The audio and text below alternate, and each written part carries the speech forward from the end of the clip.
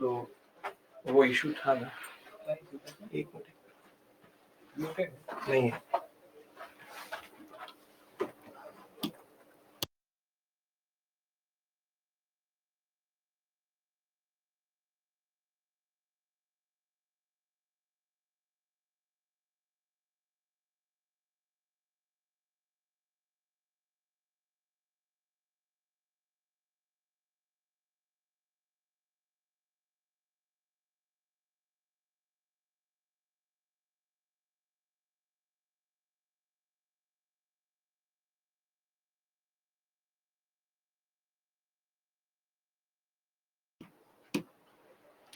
We start in 2 minutes. Don't worry.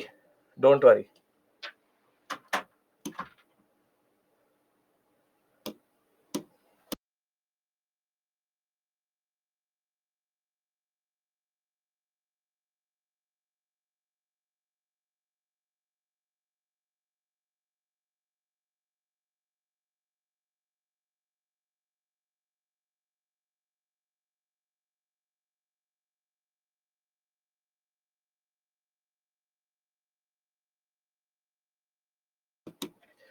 Okay. Good evening. Good evening. Good evening. Good evening. What happened? What happened? Where are you? Where are you? What happened? Okay, standard. Good evening. Good evening. Happy New Year to all of you. Good evening. Good evening. Good evening. Good evening. Good evening. Okay. Happy New Year and welcome back in this Sir Friday class. Been 5 days. No issues. In this Saturday, I'll make up for everything. So don't worry about that. Good evening. Good evening. Good evening. Good evening.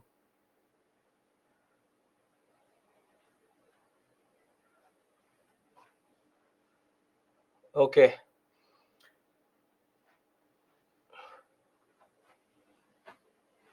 Now, today we have a very straightforward agenda.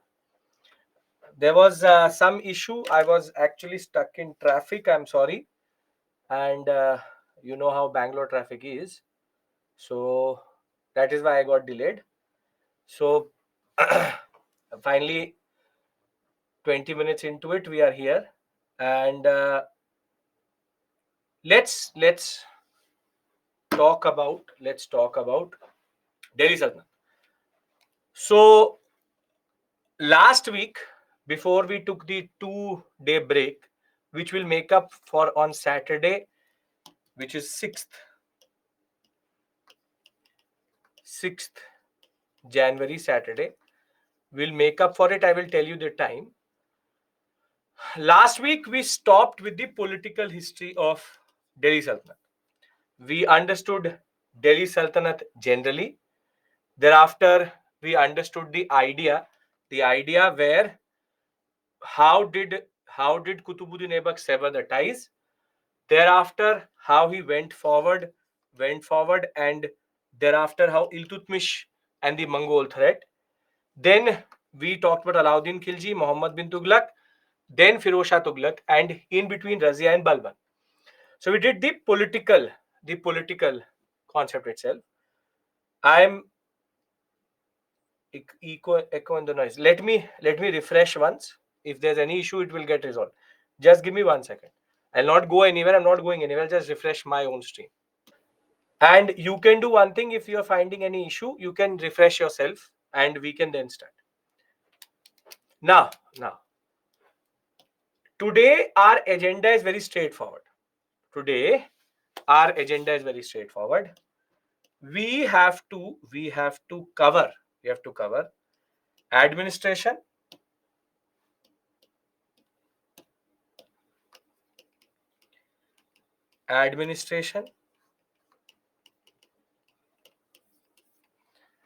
thereafter we also have to understand the issue related to market reforms. Then we'll do 4 experiments.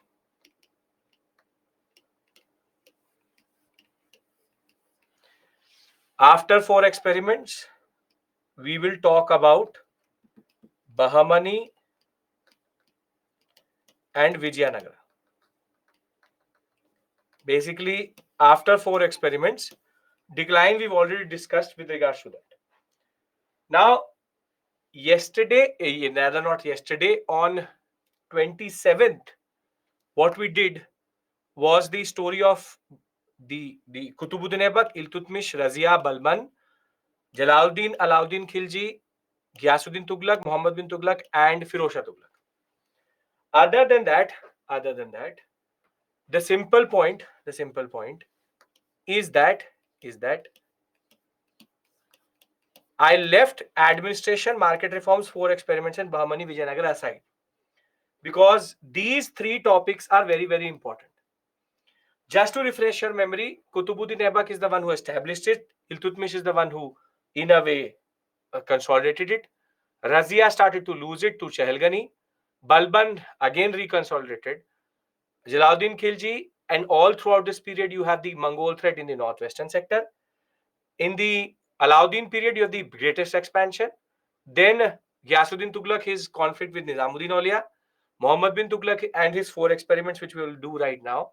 And last but not the least, is going to be the concept of Firoz Shah Tughlaq and decline. And in between that, we have to discuss Ikta. So Ikta is something which has to be discussed properly right now. So if we are all here, if we are remembering what I told you to revise and come, but if we are all on the same page, we can start with Ikta. Can we do that?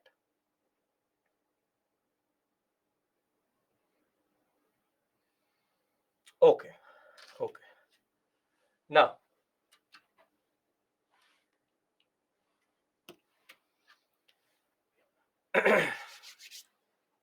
Delhi Sultanate political history done. Now, the backbone of the Delhi Sultanate was a very interesting concept, an ancient West Asian,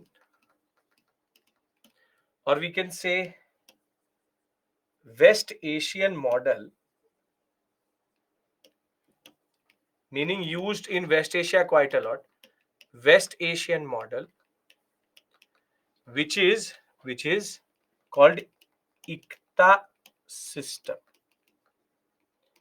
It's called the Ikta system. It will be introduced by Iltutmish.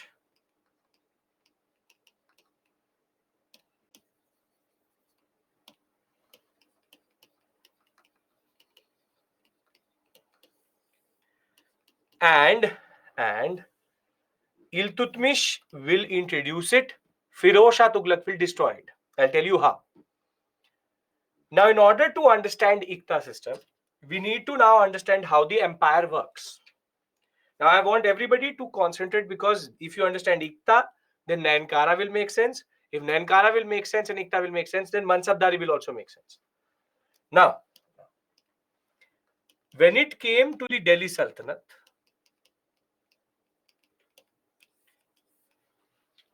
the Ikta system worked in the following way. The whole empire was divided into 2 parts. One is called Kharaj.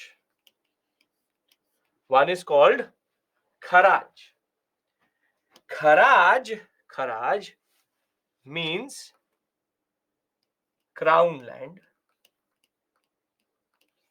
and crown land means revenue directly goes from the peasant to the sultan or king. Now, do you keep the best land in Kharaj or the worst land in Kharaj? Karaku Khalisa is Mughal term. I know you know, but it's a Mughal term. This is the word. The best land, most productive and most fertile land is under the king. And here revenue is collected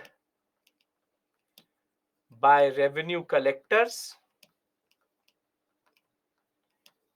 who get salaries from Sultan.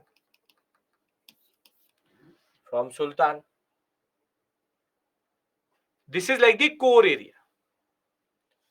But the Delhi Sultanate used to actually work through the Ikta or Ikta system. Now, basically, Ikta is a revenue assignment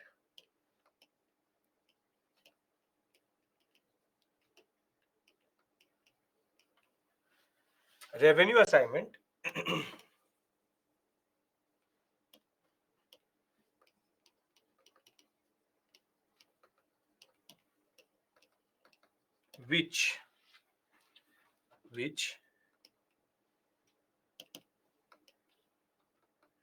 is allocated to the officers of the Delhi Sultanate.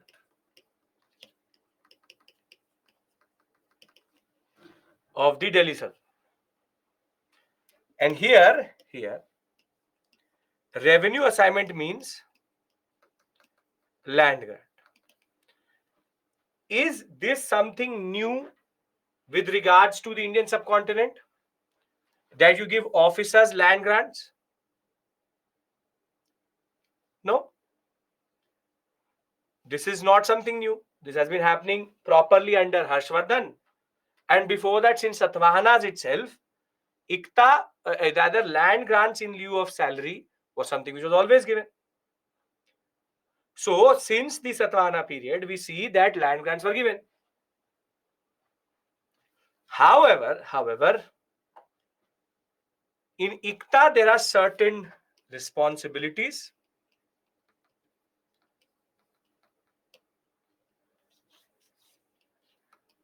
and duties.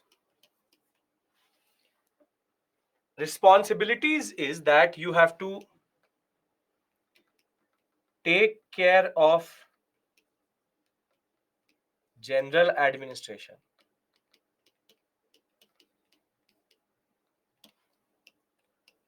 Take care of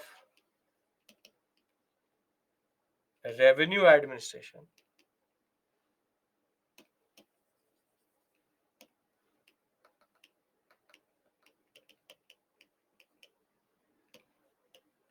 Thereafter,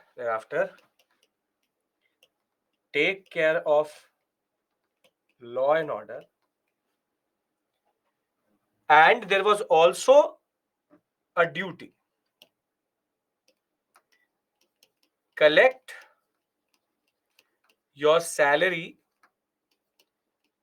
from the land revenue, and if there is a surplus, send it back to central treasury. Send it back to central treasury. Now see, the concept is very simple. This is the empire. If this is the empire, this is Kharaj. If there's deficit, that is not the king's problem. Then you take it out. Somehow you have to reach it. Kharaj goes directly to the king. Thereafter, everything else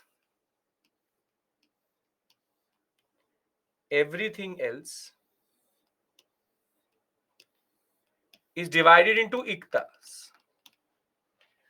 If you are an officer or part of the bureaucracy of Delhi Sultanate, you would be given iktas.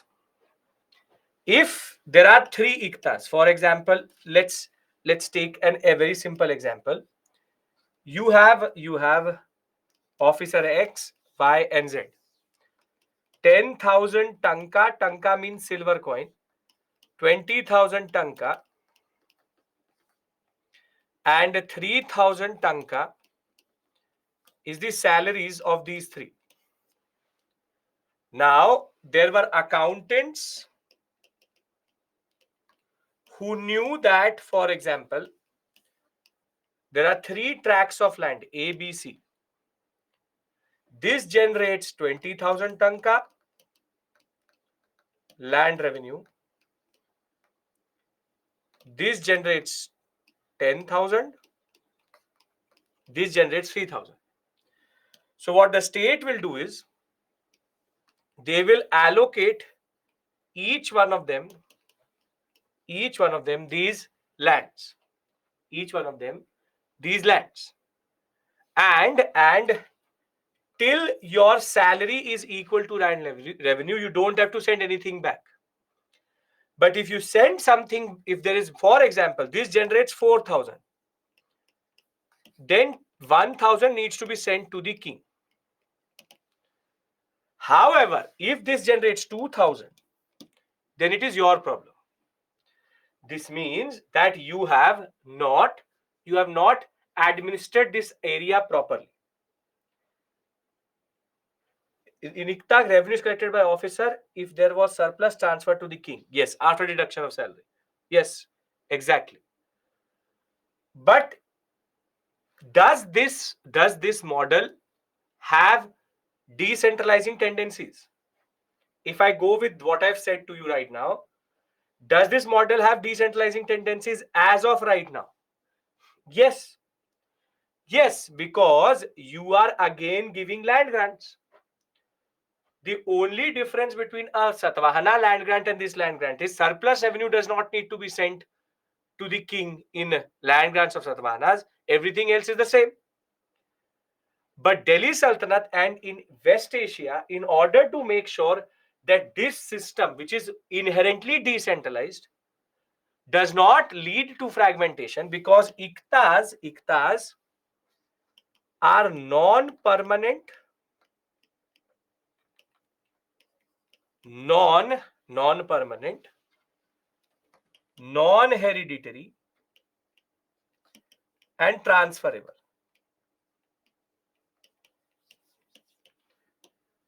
And this is where this system becomes a better version of land grant system.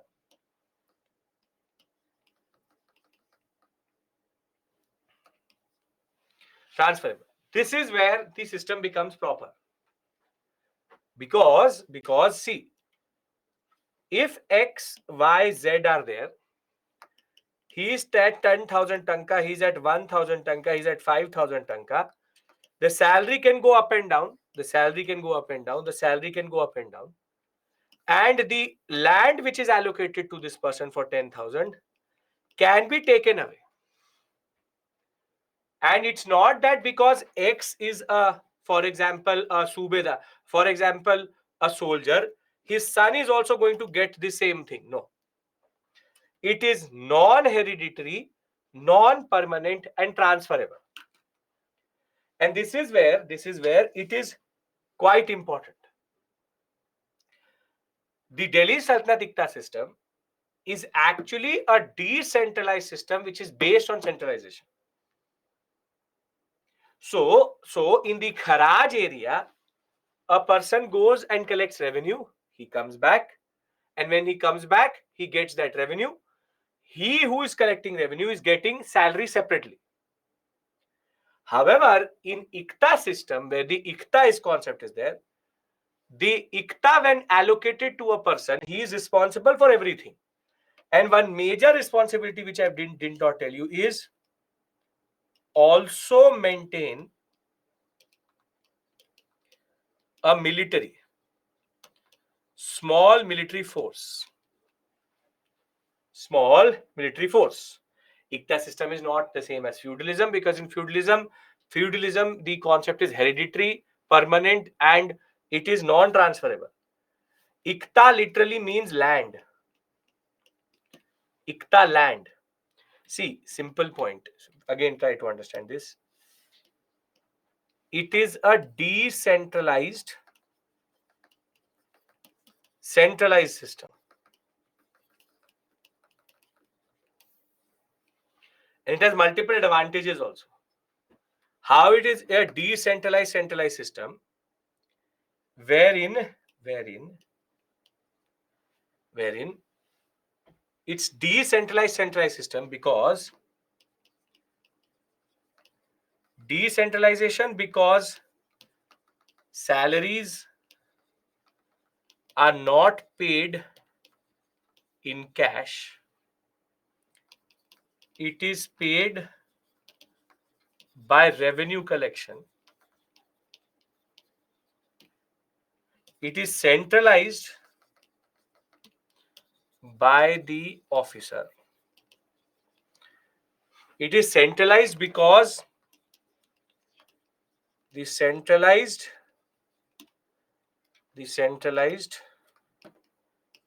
administration can take away your ICTA, reduce salary, and remove ICTA. Surplus is not kept by officer. It is just a posting in a certain area. No hereditary ties or responsibilities.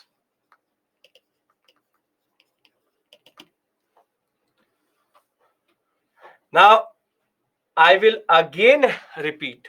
I'll again repeat. Kharaj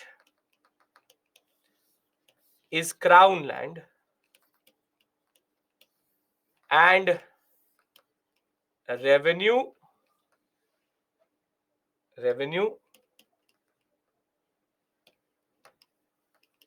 directly goes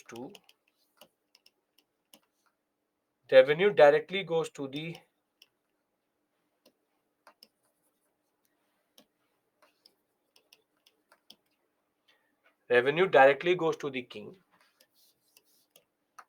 No one has any say or claim over this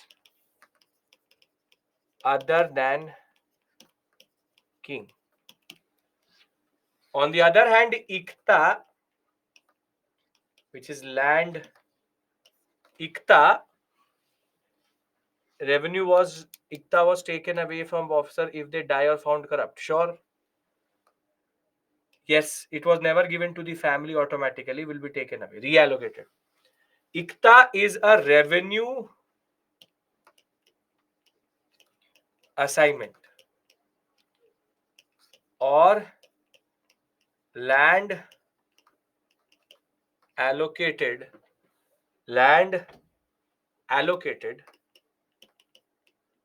to the officer in lieu of salary. Salary equals to land revenue. Accountants judge that and check it.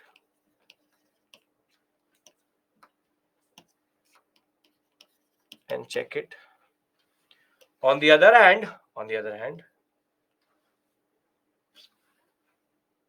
revenue has to be collected revenue administration, law and order and general administration, a small military force needs to be maintained. What do we call a land grant owner donee having his own army? What is this concept? When the that is called fragmented army. That's called fragmented army. Fragmented army concept is there. There's a central army and there's a fragmented army. There are also armies which these iqtidars also have. Now these three things, check and balances, non-hereditary, non-permanent, transferable.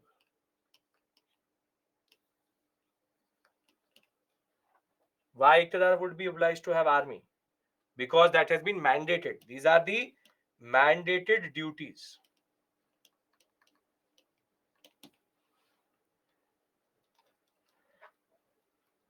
And there are two types of iqtidars.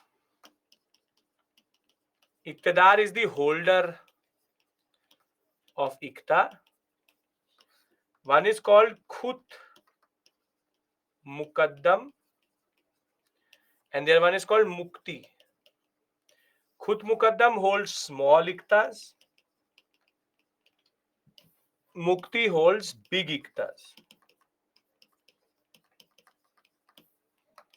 Hold big iqtas. This could be 1 to 2 villages.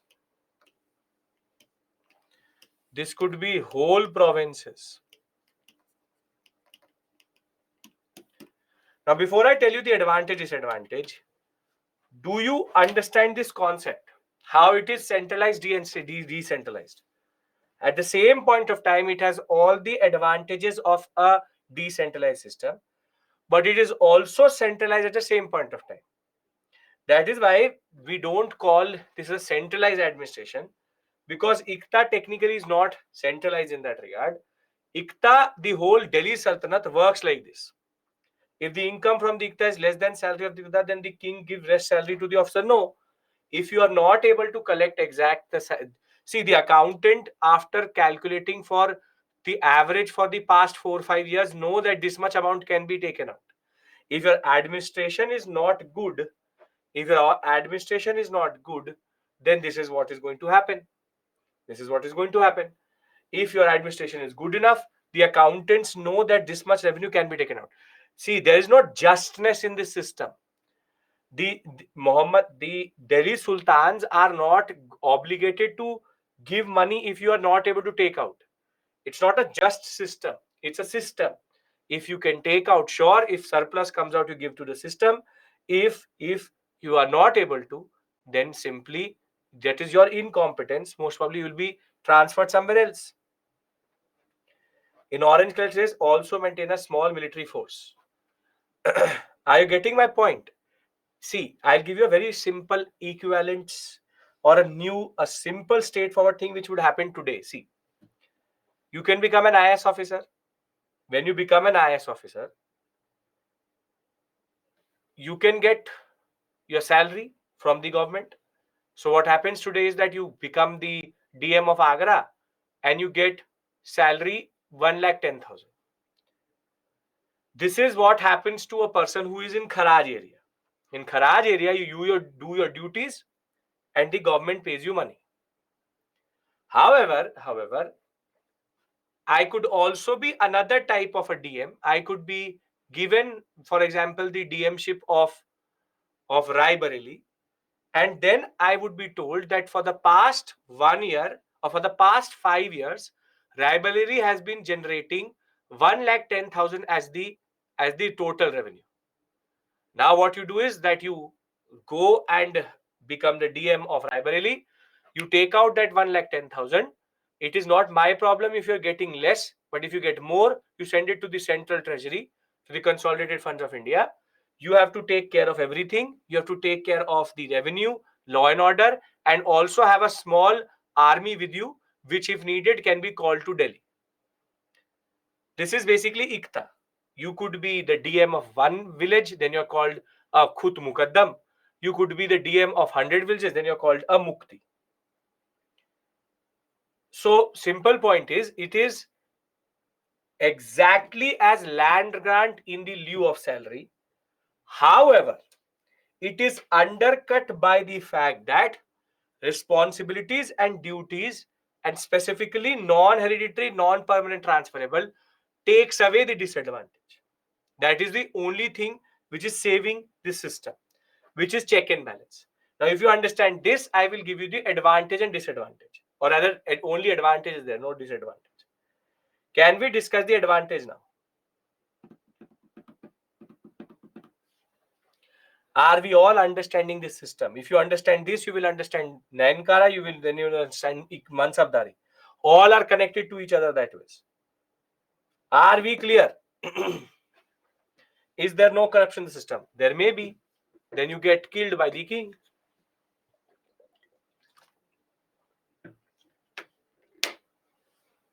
Okay. Now,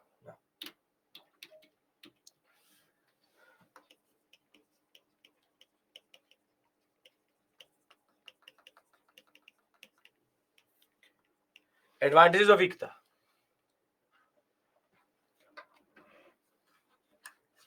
First,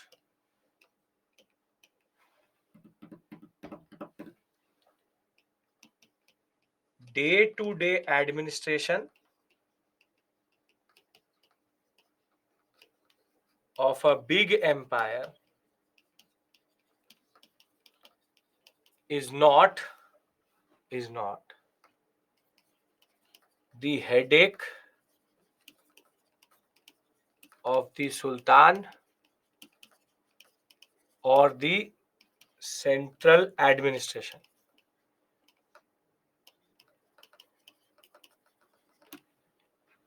Second, a subsidiary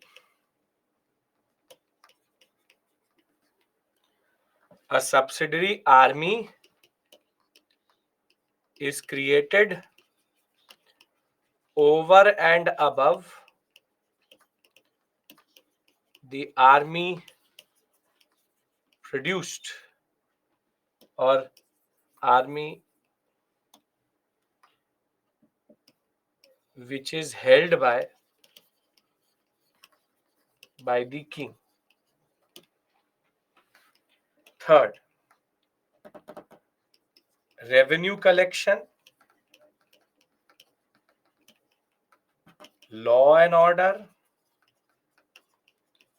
and basic administration has no cost of running. I'll tell you what that means. Fourth, the system is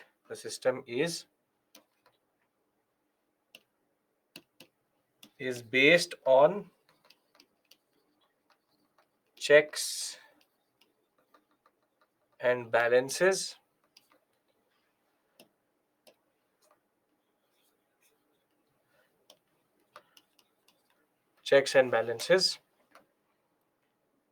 wherein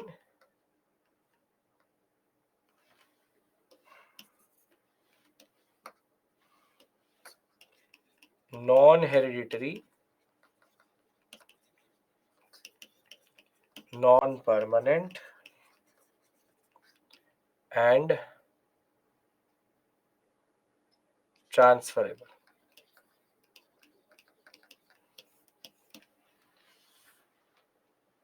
Now, what do I mean by the third point? Understand one thing. Imagine two models.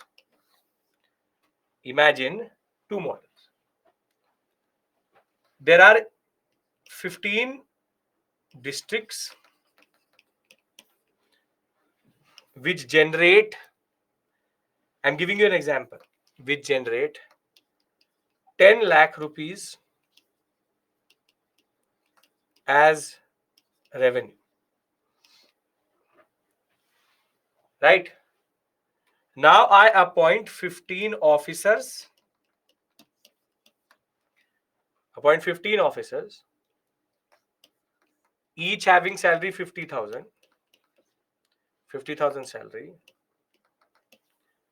Their job is to go to these 15 districts and collect the revenue.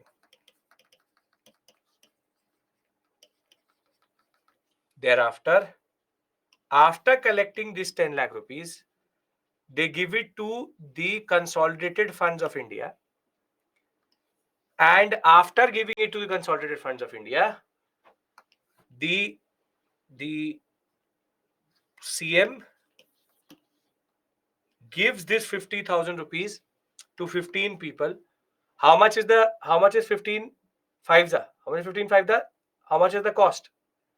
Total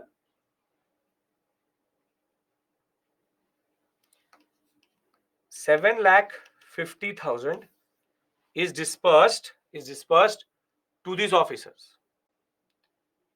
Now, if you look at it, have we actually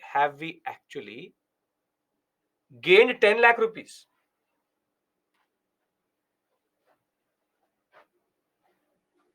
No, because to acquire this 10 lakh, 7,50,000 needs to be spent.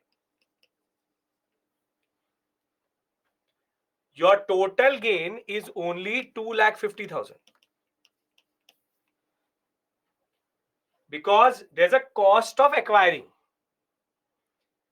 So the cost of acquiring, I give these people 50,000 salary and then send them to 15 districts. They take out 10 lakh rupees, but out of that 10 lakh, I have to give 7,50,000 to them only. Now this is called where your cost of acquiring revenue is high and there's a cost of revenue acquisition. However, I can have a certain model wherein there are 15 districts and these 15 districts give 10 lakh rupees revenue. 10 lakh rupees revenue. And I give it to 15 officers. But the concept is that in these 15 officers, they do not have a separate salary. They do not have a separate salary. Their salary is part of the revenue which they actually acquire and send to the king. So they directly send it to the CM and the CM does not have to transfer anything back. This is where you are not losing 7,50,000. I know that the state is not gaining anything. The state is obviously not gaining anything because the exact amount they will get as it is, 2,50,000. But the problem here is you are first acquiring it, then counting it, then you will give it to the CM. The CM also has a certain salary. Somebody is counting it in this consolidated fund of India. Everywhere there's a transactional cost. Here there's no transactional cost. There is straightforward. Iqtidar takes the revenue. If it is equal, okay. As it is, you have to give him that account. As it is, you would have to give him that money. Now there is no cost of acquisition of that revenue. Very simply, you tell me which is better. A gives me money, I give it to B, B gives it to C, and C then gives back to A. Or A straightforward takes the money. If there's surplus, it goes to B or C. If not, A keeps it. Either way, A will get it. But you are adding two more levels. That is the concept of the third point I've written. Revenue collection, law and order, basic administration has no cost of running because it is a package in which everything is included.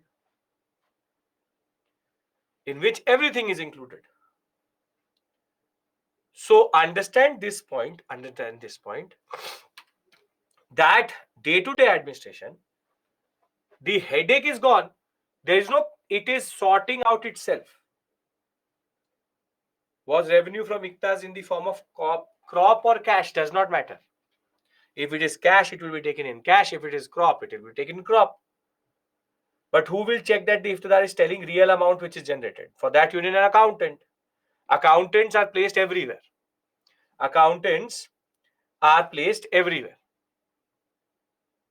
And that is standard. You see, we as Indians think about corruption quite a lot. And I believe, okay, you're right in saying that there can be corruption. But the corruption here, the deterrence is death. If you are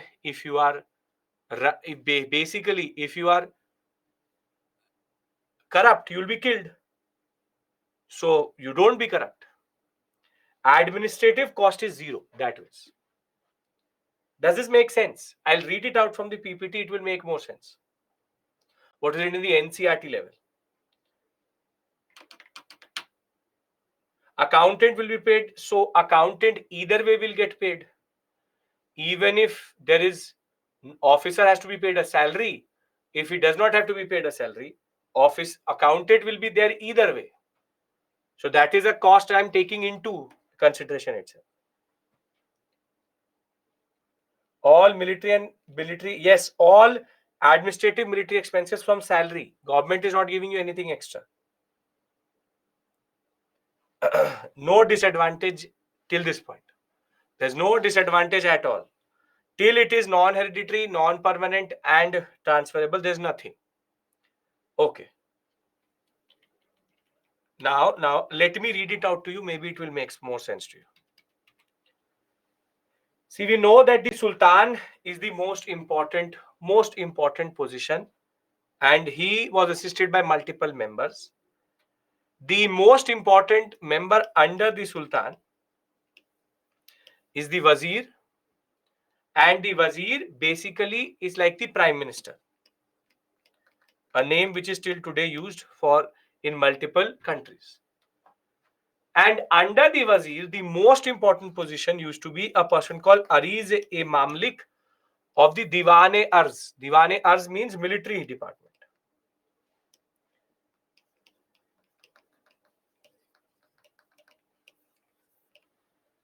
Other than that, the whole administration was based on the ICTA system. The agricultural and land revenue system of the early Turkish sultans rested on two foundations, the ICTA and the Kharaj. The ICTA was provided institutional status by Iltutmish. Under ICTA, the land of the empire was divided into several large and small tracts called ICTA and assigned these to soldiers, officers, and nobles. The duty of the mukti is nothing but iqtidar, was to lead military campaigns and maintain law and order in their iqtas. In exchange for their military service, the mukti collected revenues from the assignment as salary. They also paid their soldiers from these revenues, basically from their own salary. Care was taken that the mukti collected only the tax prescribed by the state and that he was required to keep a certain number of soldiers. In order to check this, what was done? Accountants were appointed by the state to check the amount of revenue collected by the muktis. There are two types of iqtidars, large iqta, small iqta. The holders of the large iqta were provincial governors who had some administrative responsibilities also. Other were small ones called khut muqaddam who may not have administrative responsibilities. This is the way the Delhi Sultanate kept on expanding, and all the feudatories were destroyed like this only. In the same feudatory area, an iqtidar was appointed, and the task of the iqtidar was to make the feudatory pay the land revenue. And other than that, Delhi Sultanate used to collect tax on cultivation, which is basically 50%, half of the cost of what is called as the land tax. Then you have two types of other taxes. One is called ghari tax and then is called chari tax. Ghari and chari. Chari is on grazing, and ghari is that if you have a pakka house, you have to pay some property tax. From Iltutmish till Muhammad bin Tughlaq, till Firoz Shah Tughlaq, Iqtidari was non-hereditary. But Firoz Shah Tughlaq, in order to appease his own nobles, basically made it hereditary, and this destroyed Iqta and therefore the whole Delhi Sultanate itself. Disadvantage might be that officers would gain to distract from main duties empowering is nine. That is not a that is their job itself. There can be a situation where paid tax for people will be increased to meet adequate revenues. So the people's welfare is not in their mind. More tax pressure on people in Iqta system. No, that is not true. Same will be in Kharaj, same will be in Iqta. The size of military we maintain varies with respect to revenue collected. Yes. Now, after reading this, does it make sense? I'll repeat it once more and then we'll move forward. Is it making sense? What is Iqta?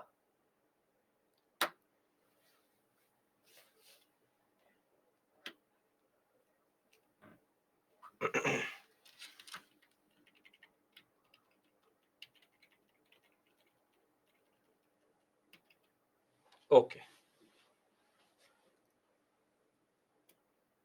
King, the Wazir decides what is the pay of that officer. Chari tax.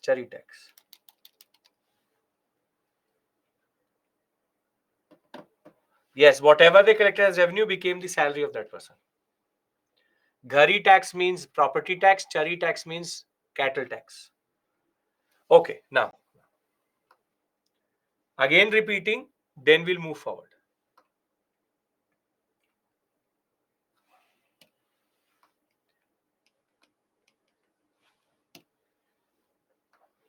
The empire was divided into two parts: Kharaj, crown land, directly under the king,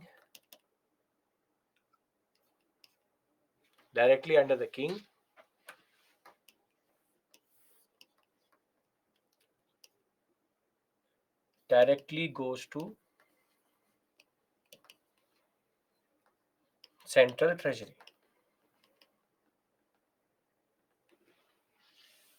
Thereafter, thereafter,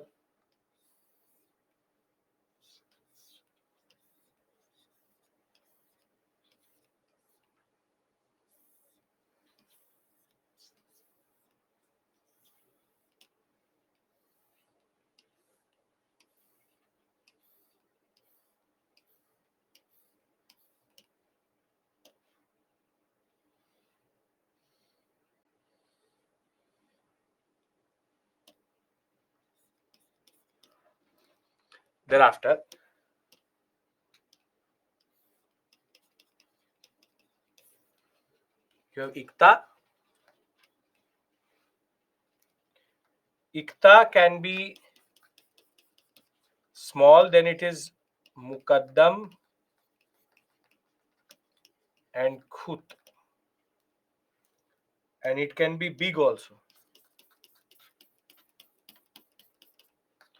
Then it is given to Mukti. It is given to Mukti. This can be one Iqta. This can be also one Iqta. And thereafter,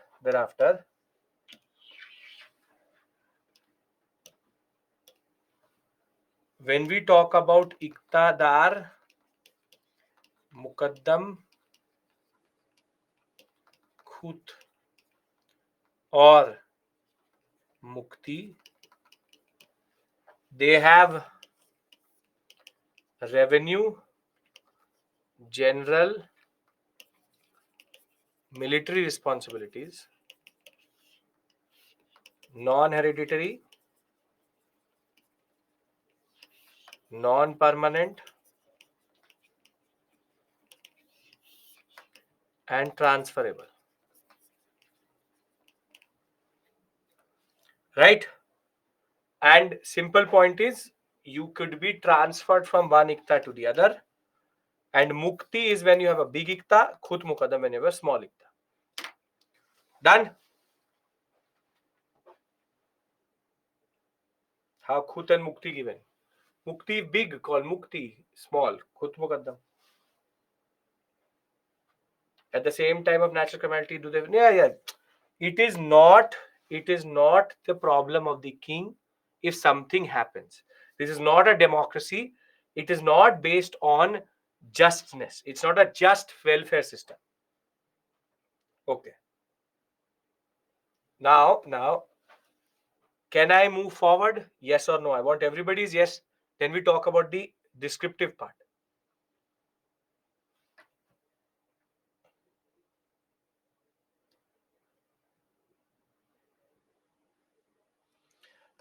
Okay. Now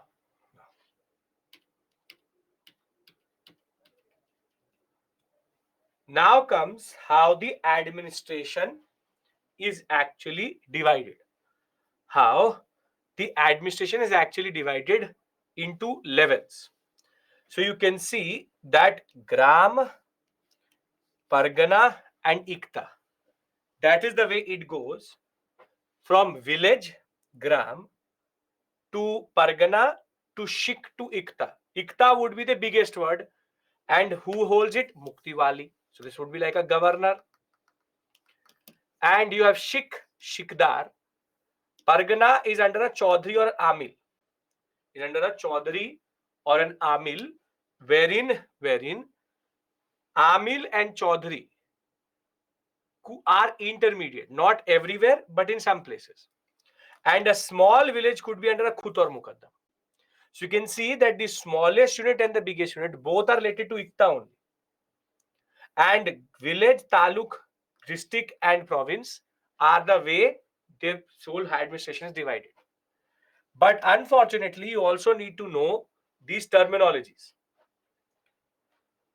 So certain terminologies. For example, what is the name of which department comes as match the following.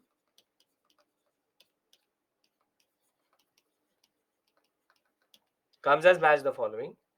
And you also have to remember the department heads.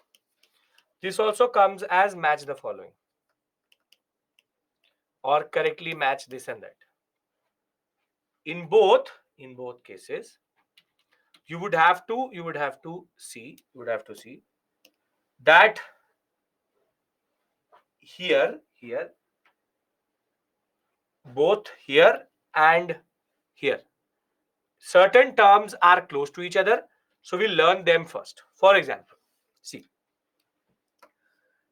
Kohi, this is common to Diwan, Diwan, Diwan, Diwan, Diwan, Diwan, Diwan, Diwan. Diwan means office. So Kohi means agriculture, very important. Insha means correspondence, very, very important. 1, 2. Then you have Aris, very, very important, started by Balban himself. Thereafter, Risalat, you will find 2 answers in every book. Risalat means foreign minister also, but appeals also. Both are true. A one you can appeal to, and a one you can who has other relations with other states also. Thereafter, last is Kaza e Mamlik. Kaza means comes from Kazi. Kazi throughout Islam are known for only one thing, which is judicial officer. Khairat, everybody till today says khairat means charity, ke khairat mein baant dega. That is basically the word from where khairat is coming from. And bandagan means bandagan, being under bondage, so slaves. So I'm not asking you to learn that. Here, there are terms which are a little bit closer and you have to remember. Kohi means Krishi, yes. Wazir, everybody knows, so that is not any issue. This is first. Ariz a Mamlik. Ariz a Mamlik, which is head of military department. He is the one who takes care of military affairs. Thereafter, there are two which are very clear, close to each other. Sadar us Sudur, Sadar e Jahan. Sadar us Sudur takes care of religious matters. Basically, who will get what in religious matters. Sadar e Jahan is the one who is of endowments. Endowment means grants. Who will get what grant? Thereafter, Vakil. Vakile dar means the one who takes care of the household. 3, 2, 4. And the last important, because it is again confusing, Mushrif e Mumamlik. Mushrif e Mumamlik. Mumamlik means officer. Like Diwan means office. Mumamlik means officer. This is accountant general. He takes care of the accountants who take care of the accounts of each of the iktas. Again, the story is very simple. Learn them over a period of time. It will take you 10 to 15, maybe 3 to 4 seatings, 15-minute rule, 2-3 rounds, and you will remember all of them. So this should not be a problem generally to you. Now, before I go to economy, what I want to do is I want to consolidate. We have understood ICTA, ICTA's advantages, ICTA system. In the examination, nobody is going to ask you to obviously write it down, or nobody is asking you to explain what it means. You just have to identify it through the statements first. Second, and much more important that way is second, very, very important, which is that ICTA is the backbone. Till Firoz Shah Tughlaq, all is fine. Firoz Shah Tughlaq takes away the most important advantage, which is the concept of what we call today as the non-hereditary system. Last but not the least is what we've done till this point is certain offices like we did in the Mauryas, and we've done it for Delhi Sultanate. Have to systematically learn it. Everybody is on the same page. If yes, we move to economy.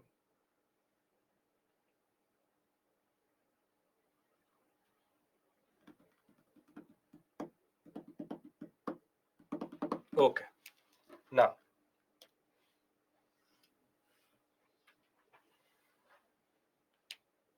revenue administration, law and order has no running cost. Don't understand. Mean, leave that point. Leave that point. If you don't understand it, you're not understanding economics of it. Leave it. It's too technical a point. Leave it. Simple point is because the officer does not have, the state does not have to collect the revenue and then give it back to the officer. So there's no running cost. That's the only thing. Okay. Now, when we talk about economy, there are two discussions which need to happen. First is what was the impact of the Delhi Sultanate coming through. Firoz Shah Tughlaq made it hereditary. Yes. And second is the market reforms of Alauddin Khilji. First is the impact of the Delhi Sultanate coming to India itself. Now, first thing which happened as soon as Delhi Sultanate came was textile and construction.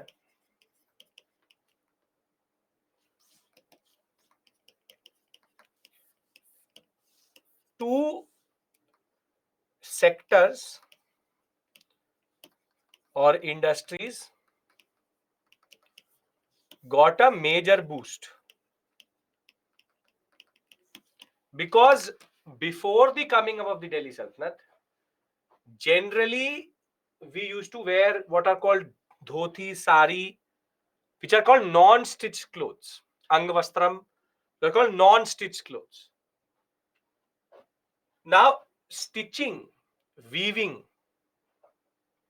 as a profession became extremely common during the Delhi Sultanate period. What is the Hindi word or what is the word in any Indian language for weaver? Hindi word?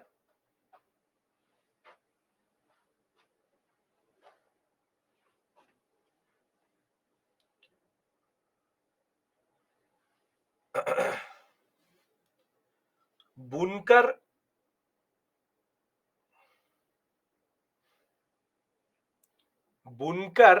Darzi and Julaha are the same thing.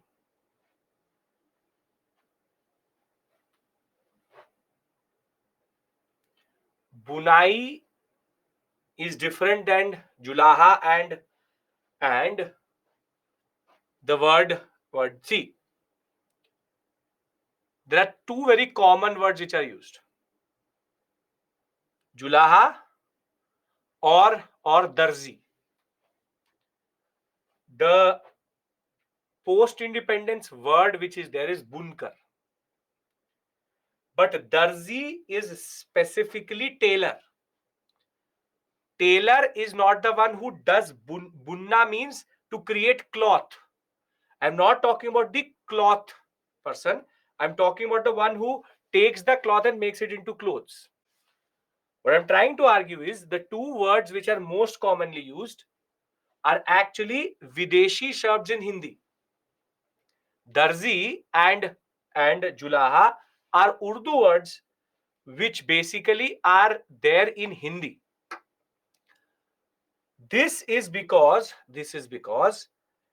the most common word which will emerge at this point of time, this new occupational understanding, is going to be Darzi. But what is more important is not that there were no weavers, bunkars, whatever you want to call them, but now the caste and the varna of the producer of cloth did not matter.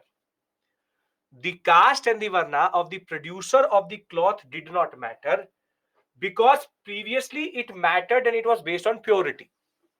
That the king will not wear the clothes made by a Shudra, will not wear it by an untouchable, for example. But now what happens is that there is upward mobility. With Islamic rule, rather Indo-Islamic rule, and the Islam being the state religion, Brahmanical control over the state was gone. So mobility, specifically lower caste and varna mobility, in both social and economic status, was common. So most of the lower caste either became Rajmistris, became part of the construction sector, became part of the textile sector. They now either became also part of agriculture. But the point is, because the state did not care who was producing, there was also one more, leather industry. Because there was no specific caste or varna restriction over certain things, the cosmopolitan and urban nature of Delhi Sultanate allowed for Delhi Sultanate to rise along with the lower caste and varnas to also rise. What I mean by that is that upward mobility is something which is quite important, wherein this was not possible during the Gupta post-Gupta period, because these two varnas or these castes were caught up in this concept of purity. Brahmanical control over state is gone. That will in turn open multiple floodgates for everybody. That is the basic point you need to understand. We understand this?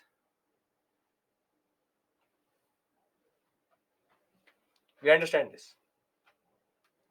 Cosmopolitanism means multiple cultures, multiple Urbanization means construction activities in which New cities emerged. New cities emerged. Are we clear about the basic economic impact? Yes or no? He will not try to abolish anything. Shavik, previously the Varna of the people producing things for the king or the state mattered. Now it did not matter. So there was more chance for upward mobility and social mobility. Okay. Now, leather industry, textile sector, construction sector, Nakashi work, a lot of these things actually got a major push because city after city was made by Delhi Sultanate rulers. Okay. Now what we'll do here is I'll give you a 5 minute breather here. 5 minute. Because I have to do market reforms for you with you, and for that you need to concentrate. Can I give you that breather and we start? Okay. So we come back at 6:35. This is just to keep you alert after this market reforms.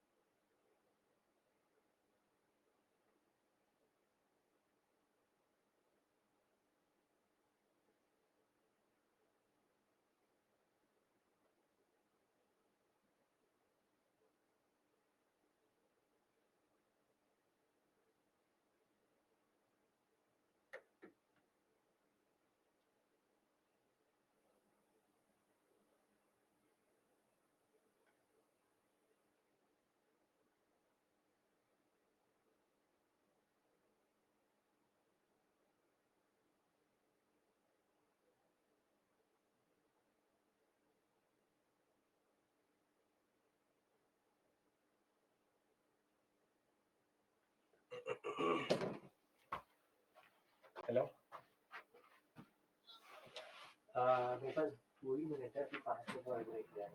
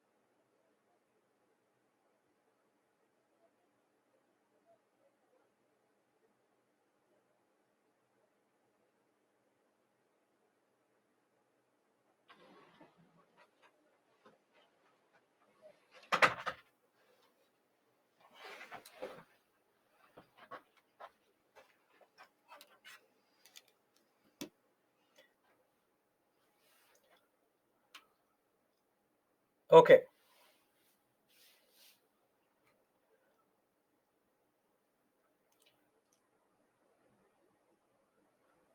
Can we start again?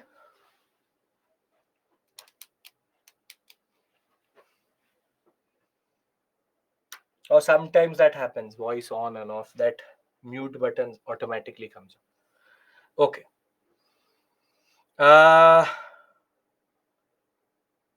We now do a very interesting thing, which is called Alauddin Khilji's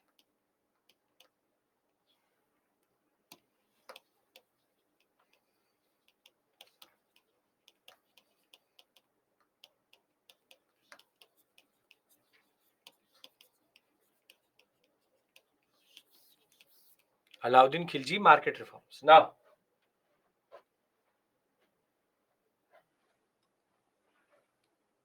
first thing first. See, I know that you know economics. I know that. I know that you are very good at economics. I can vouch for it. Most probably, some of you are next RBI governors. So, I know that, right? I know that economics is very strong, very good, perfect. But what I want from you right now is keep that economist aside, because most probably what economics you know is capitalistic, laissez-faire based, Keynesian type of economics. So, sir, this will distort the market. Inflation will happen. What about this, then that? The answer to that question is these things are irrelevant, because it is about price control. It is about price manipulation. It is all about distortion. So be very clear that if you are going to say he could have done this, he could have done that, firstly, nobody is asking you. First. Secondly, would it distort the market? Obviously, that is why it's called market reforms. That is the whole point of that thing, which is to distort the market itself. And third is that would it create inflationary trend, deflationary trend, this trend, that trend? No, because everything is controlled by the state. You are talking about a free market. This is not a free market. So I'm already giving you a disclaimer that don't try to figure something out for Alauddin Khilji. He's already figured it out himself. So with this, let's try to understand what do I mean by Alauddin Khilji's market reforms. See, Alauddin faced Khilji faced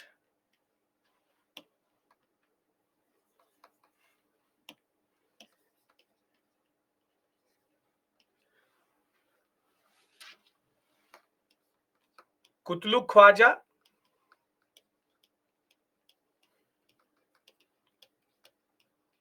and who else? The second Mongol. Very good, Dawa Khan. Now, under him, the Mongol threat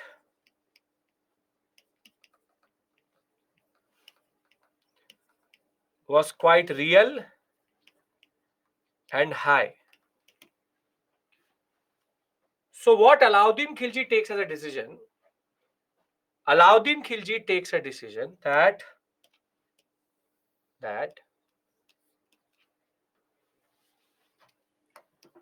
he will raise a big standing army. Standing army means army in Delhi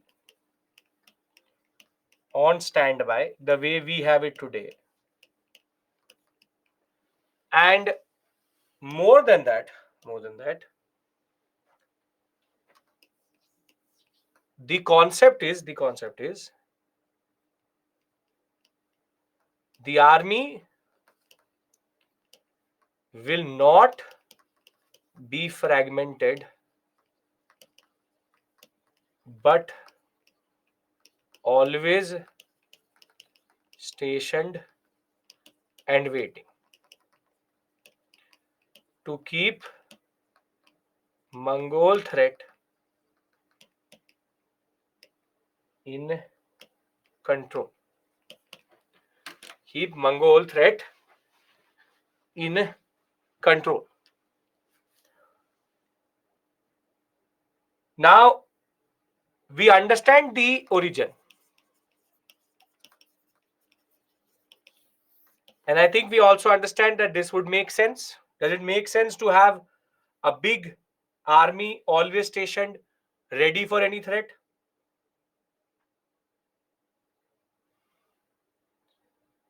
And the answer would be yes. Perfect. Now, a big army. What is the biggest issue with a big army which is not being used is standby? What is the issue with that? Biggest issue. It is expense and salaries. Salaries.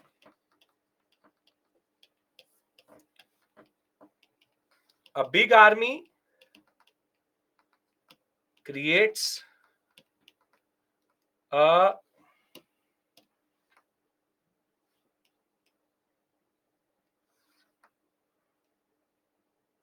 burden on the treasury, and somehow you have to mitigate this issue. In a city like Delhi,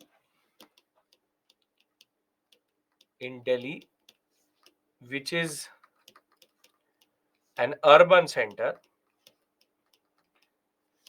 cost of living is high. You can do two things. Give salaries which are relevant or sustainable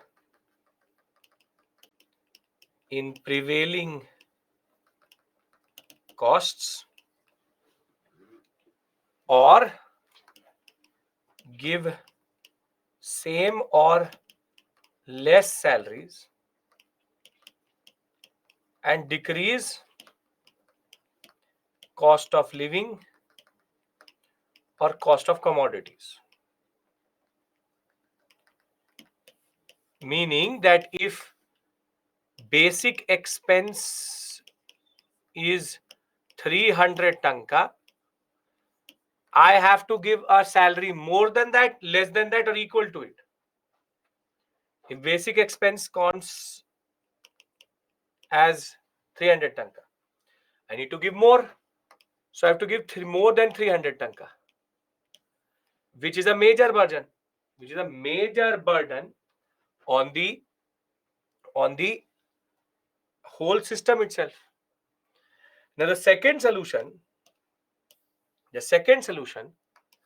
is what Alauddin Khilji did. Rather than increasing the cost of the army exponentially, he rather did it the other way around, which is he reduced the cost of living and gave lower salaries. So he brought down the cost of living to 200 tanka and then gave 250. And this is why this is considered the first time in India that somebody wanted to control the market so as to control the revenue expenditure of their empire. Herein, the simple point was either give very, very big salary or give standard salary. Prevalent salary was 350. Give 350, and 1 lakh people, you have to give more. But Alauddin Khilji said that that is not sustainable. That drains the treasury very quickly.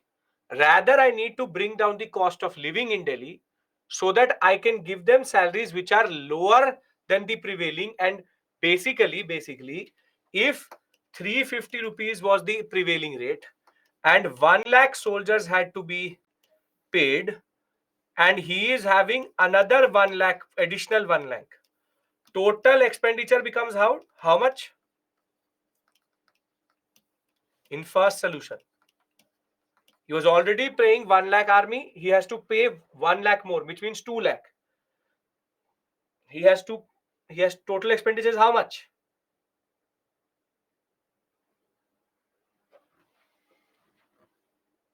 7 crores. Very good. Now, in the second solution, what he's doing is he is reducing the salary, giving it to the prevailing 1 lakh and adding 1 lakh to it. So now how much?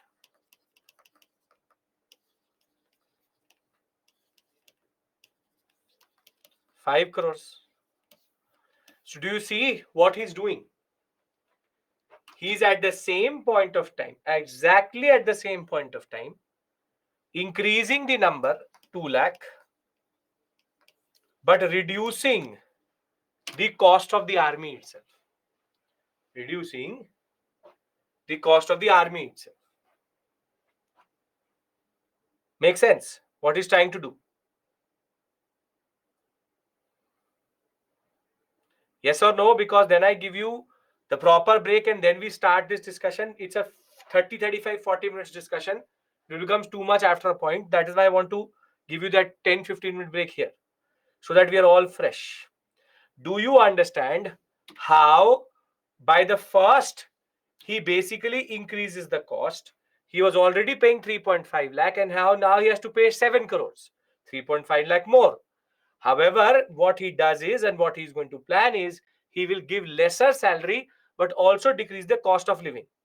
Therefore, reducing the cost and having a bigger army.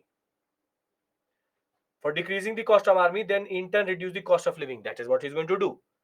That is the thing which I need to explain to you, and that is what we are going to understand after the break. Second solution, I will show you. Second solution is reduce. See, if 300 rupees was minimum for rent plus food plus fuel, he has to give 350. Here he will bring this down to 200. And this is where the market manipulation is happening. If the government of India gives you 1 lakh, see, you would have seen that your parents or your grandparents would have got 500 rupees, 1000 rupees as salary. You have heard something about uh, the starting salary in 1960s. The starting salary of an IPS officer used to be 2000 rupees. How was that the case? That was the case because 2000 was enough for the prevailing market prices. Now the same person you give 1,10,000. So you reduce the prices so as to make the salaries relevant. That is the simple point. It is a simple point. You understand the concept, you understand why he is doing it. We take a break, we come back at 7:05 and take the story forward. Finish this, the 4 experiments, and finish Delhi Sultanate. Then I'll again give you a breather and we go to Vijayanagara, Bahman. Now it is not possible because market economics does not work like that. See you.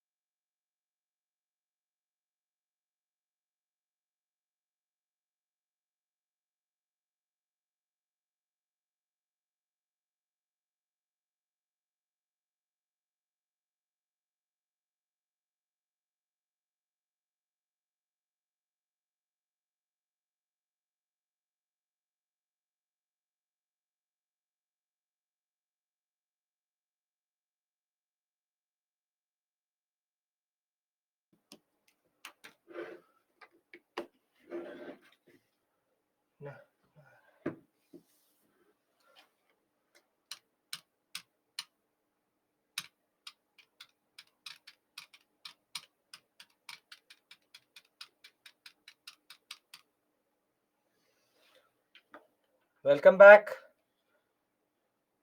Anupali, what I love about you is that you come late to class yourself and then you talk about these things. I know when you joined, you didn't join on time. So,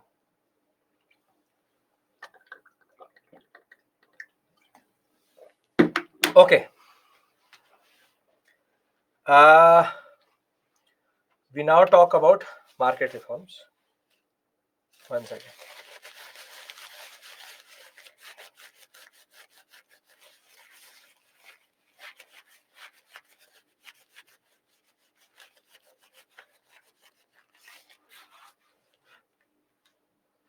Okay. We've understood the reason why he's doing it. First is that he had the Mongol threat. We also understand what is the logic behind it. Now we have to see how he did it.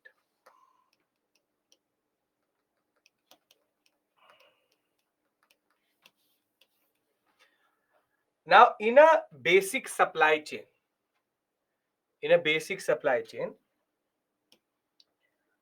there are three nodes.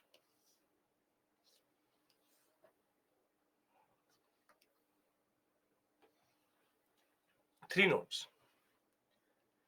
One is the producer.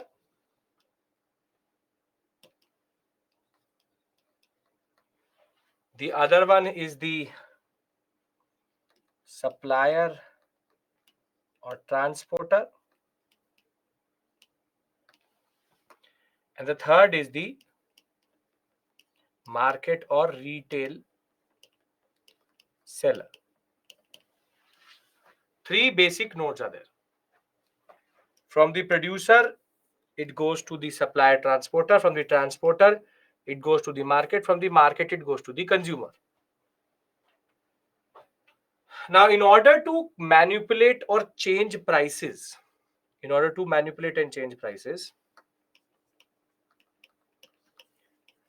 price control or manipulation of prices,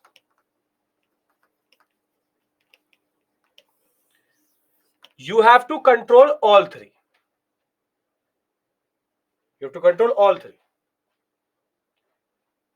So when it came to the peasant,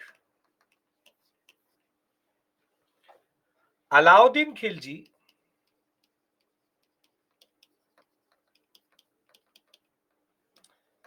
made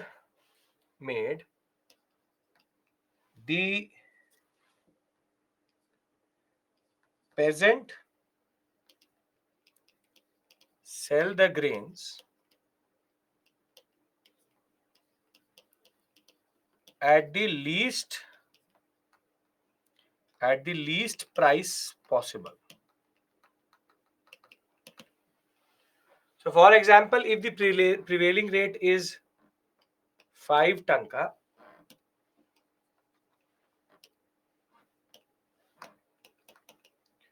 per kg, he will make him sell at 2 tanka per kg. Now this could be coercion, this could be good or bad. There is no justness here. There is no justness wherein it's not about the good of the peasantry. He doesn't care about the good of the peasantry. He just cares about price manipulation. So the first thing which he does is that he takes as much as produce as possible at the least price possible.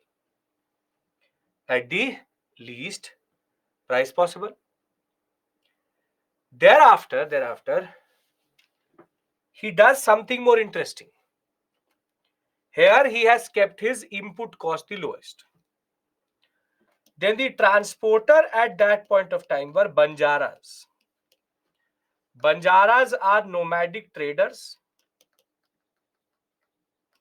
Till today, you will find Banjaras who will roam around sell something, take one thing from the other place. It's a standard thing which they do. Standard thing which they do. Now, here, all Banjaras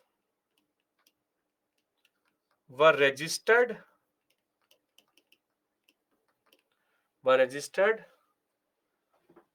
and when they used to travel, did he reduce the taxes? No. Same tax, but make them sell at a lower cost also.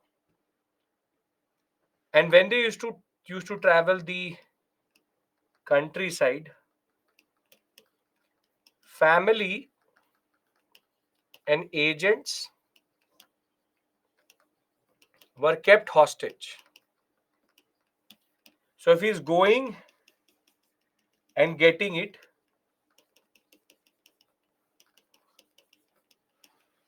the family is kept hostage in Delhi because Banjara can do one thing. What is the thing which the Banjara can do to destroy prices or distort prices?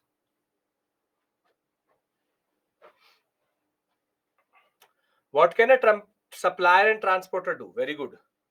Hoard.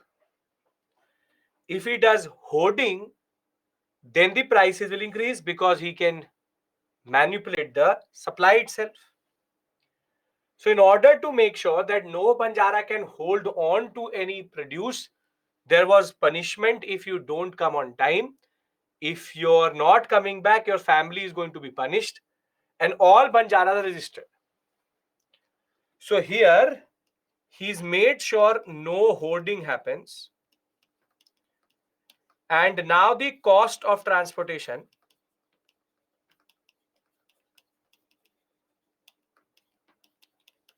is also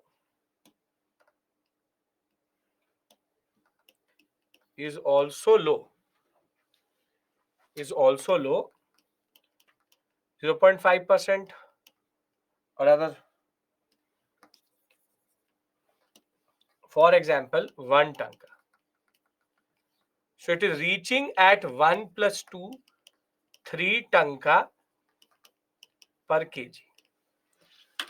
Hoarding means to stop supply and sit on it so as to increase prices. How the transportation cost is reduced? Because he will ask the Banjara to again sell it at a very or bring it at a very low cost. If Alauddin Khilji tells you to do something, you do it. If not, you'll be thrown into pieces or cut into pieces rather. So the point is that he takes at the least possible from the producer, and he basically then keeps the cost of transportation as low as possible by making them sell at a very low cost. And the simple point is, what started at 5 tanka used to reach at 8 or 9 tanka is now reaching the market at 3 tanka. Are we clear about this? How he is controlling the producer and the supplier? Yes? Okay. Now, when it reached Delhi,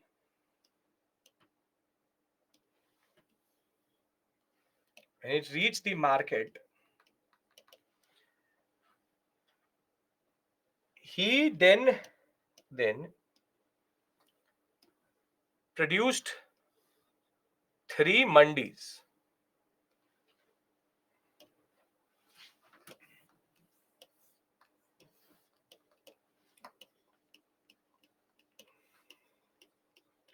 Mandi means market.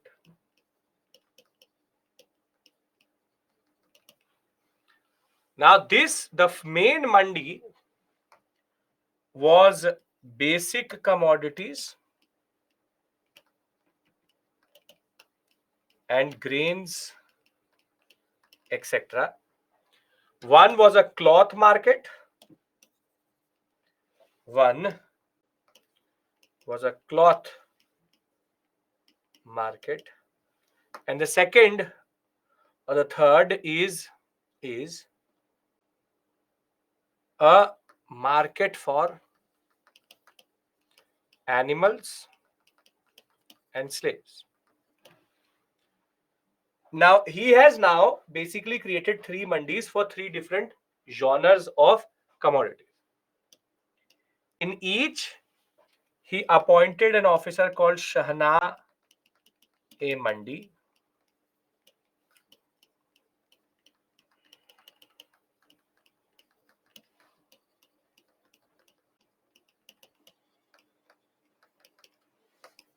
which is the in charge of markets. And Shanai Mandi has to make sure that the sellers or shopkeepers sell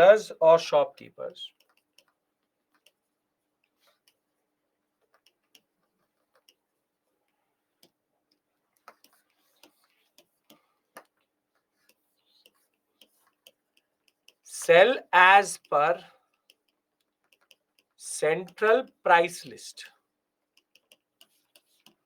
Basically, the wazir used to decide the cost or selling price of every commodity, and the shopkeepers had to sell at same cost or same price. Further, in every mandi there were barids. Barids are spies. What they used to do was they used to go to the shopkeeper, pose as customers, and check if no one was cheating. And if you are cheating, your license will be cancelled and you'll be thrown out of the mandi itself. So this is what is called as Alauddin Khilji's market reforms, wherein he took the least possible from the peasants, but also gave them access to the same exact what we call as mandis in Delhi. So these peasants could come to Delhi with their reduced income. Peasant banjaras all are controlled so that there's no issue in the supply chain. And thereafter, when it comes to Delhi, he divided very categorically into 3 different mandis. And thereafter, he makes sure that the central prices which is created by the wazir is used to sell everything, thereby reducing the cost of living and giving them lesser salaries than needed. Clear, everybody?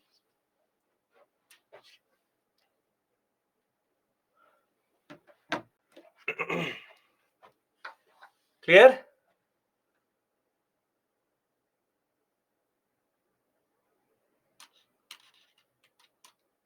Yes, no, have to say something.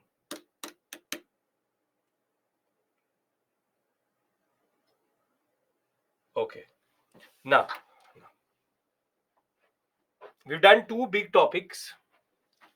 One ICTA, the other market reforms. Anybody has any issue? If no, then we move forward. I'm still asking you if you have any issue in these 2 very fundamental topics. If no, then we move forward. Any issue in these 2 big topics, very important topics, generally important.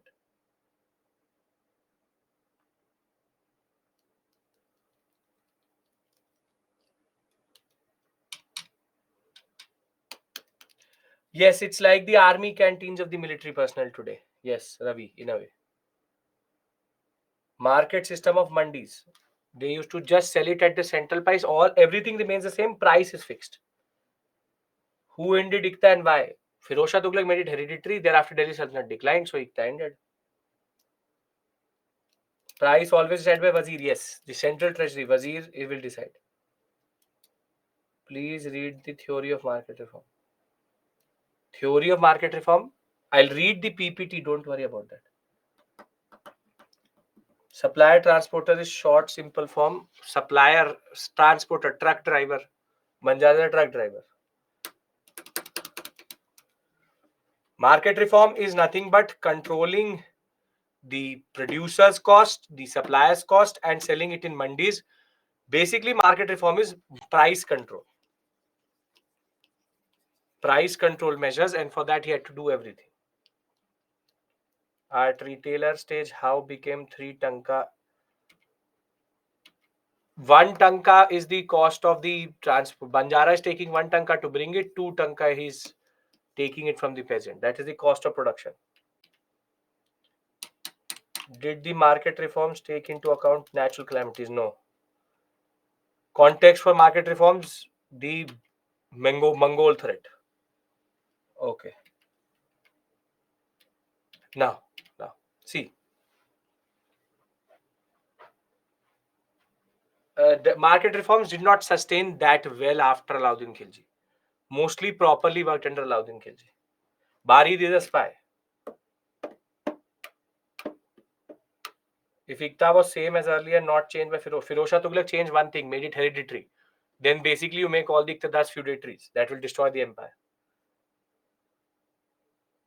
Market reforms done to maintain the, to fight Mongols. Profit to the shopkeeper, whatever basic profit they can take. You cannot profiteer. That is for sure. You cannot profiteer, but you basic profit 2 tanka will be there. Also use of checks on whether this distorts prices. No, he does not have to go beyond Delhi because army is sitting in Delhi. Okay.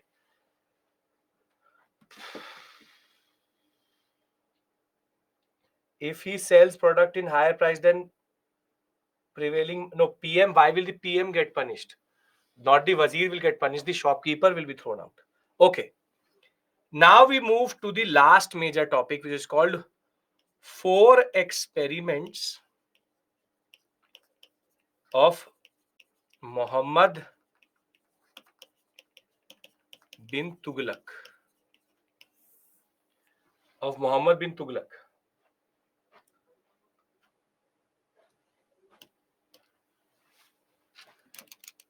4 experiments of Muhammad bin Tughlaq. Now, see, we know that Muhammad bin Tughlaq that way is a very smart king.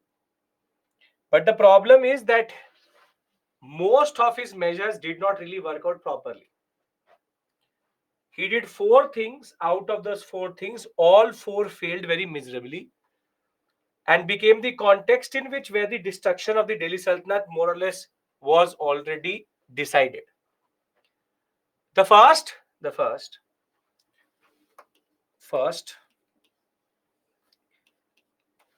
is called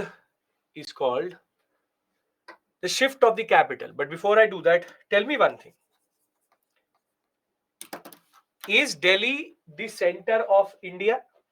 Is in the center of India?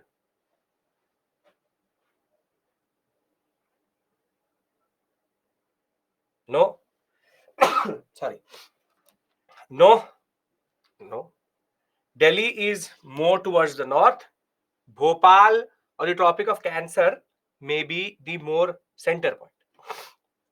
Now, northwesternish, northish. Now, as you said, Muhammad bin Tughlaq also felt that the empire which had northwest, north, east, south, he believed that Delhi was not the center. And he wanted to rule the center or rule the empire through the center. What is the reason to keep Delhi as the capital? What is the reason to keep Delhi as the capital? Yes, very good. India has only one entry point, and that is the northwestern sector, and the Mongols are sitting here. So Delhi's proximity to both the Ganga Yamuna Doab, which is the most fertile territory, and the northwestern sector, kept it very, very close to the Kharaj area and also to the northwestern sector. Nobody can come from the Himalayan sector as it is. The only way you come is from the Rajasthan, Gujarat area, or through water. That's a separate issue altogether. Now, Muhammad bin Tughlaq did not understand this logic. And his first experiment, I'm again repeating myself, Delhi Sultanate is based in Delhi, obviously. And Delhi Sultanate had the capital as Delhi. Now, if it has capital as Delhi, there has to be a logic for it. There has to be a logic for it. Why is that Delhi Sultanate was ruled from Delhi only? Was ruled from Delhi only. And it was ruled from Delhi because it was close to the Kharaj area, which is the most fertile territory of India, which is the whole UP Bihar sector. And the northwestern sector was also very close because the Mongols were sitting there. So you could very quickly move towards the northwestern sector to the Indus and stop any invasion. Now, Muhammad bin Tughlaq started this drama. And the drama was that he said, I want to shift the capital. And where did he choose to shift the capital? A place called Daulatabad, previously called Devgiri. It is just on the banks of the Narmada River. It is more or less center, but still not properly center. Still not properly center. Maybe more center than Delhi, but more or less.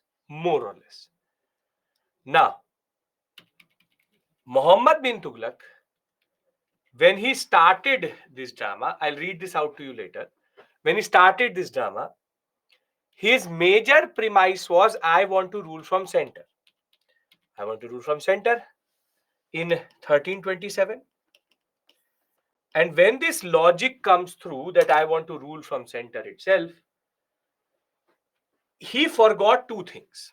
That as soon as he moves from Delhi, Mongol threat becomes problematic. Under whom did Tamerlane enter India? Under whom did Tamerlane enter India?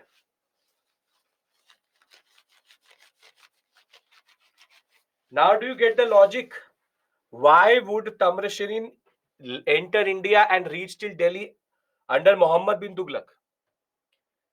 Muhammad bin Tughlaq created problems in the empire, and as soon as you move away from northwestern sector, no other Mongol had ever properly entered into India, but Tamerlane was able to. Now, when in 1327, what Muhammad bin Tughlaq first did was to develop Daulatabad. Now, when you develop Daulatabad, first you drain money. You have to create a new capital that needs money. Then he asked the people to travel to Daulatabad. And what happens is that when you go from Delhi, cross MP into the Maharashtra sector, it's a very arid and very harsh terrain. Most of the people died on their way to Delhi itself, from Delhi to Daulatabad itself. Second, the people who reached found it extremely difficult to live in the conditions which Daulatabad had, or felt homesick. But the biggest issue was Muhammad bin Tughlaq never got a chance to actually stay in either. And there's a proverbial saying in North India that if somebody goes to one place quite a lot, you will say that kya Delhi to Daulatabad kar raha hai kya? That you're going from Delhi to Daulatabad. Muhammad bin Tughlaq's biggest problem was, if he was in Delhi, something used to happen in Daulatabad. So he used to go to Daulatabad. As soon as he used to reach Daulatabad, something used to happen in Delhi. So he used to go back to Delhi. As soon as he reaches Delhi, then again something used to happen. He used to go back to Daulatabad. Delhi, Daulatabad, Delhi, Daulatabad. For 1 year, he did this. For 1 year, he kept on just going between Delhi and Daulatabad. And after that, he cancelled this whole plan itself.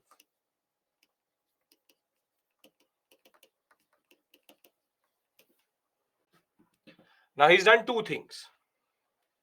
He's first destabilized destabilize the empire, and second, he's wasted money.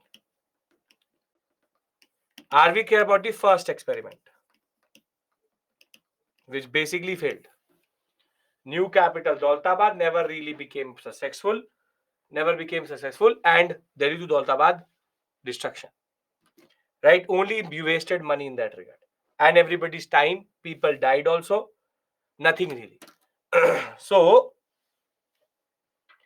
you have Delhi northwestern sector, Delhi Kharaj, Delhi Daulatabad, Daulatabad Delhi northwestern sector. Very simply, Delhi had a logic. It is because of him that Tamrashini entered, and it is because of him that money was wasted.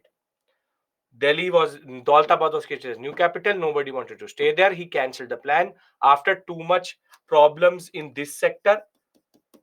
Kharaj, the peasants kept on rebelling, so he had to keep on going back, coming back, going back, coming back between these 2 points. Makes no sense. Are we clear about this? Okay. Now comes the second experiment.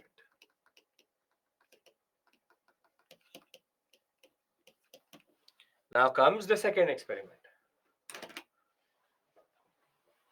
And the second experiment is actually not quite dumb, but is actually quite ahead of its time, but executed very, very poorly. Executed very, very, very poorly. And that is one of the reasons, why, though he's considered in a way mad, but was actually quite thinking ahead also. Now tell me one thing.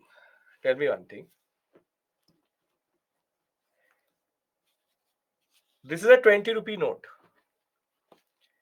Now you tell me, is this paper worth rupees 20? Is this paper worth rupees 20? No. This paper is worthless. Only what is worth is this signature. I promise to pay the bearer a sum of 20 rupees. Now this is called what type of currency? This is called what type of currency? This is called fiat currency or token currency.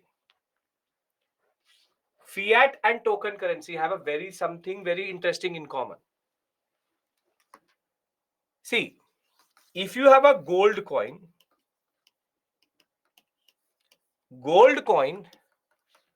there is intrinsic value.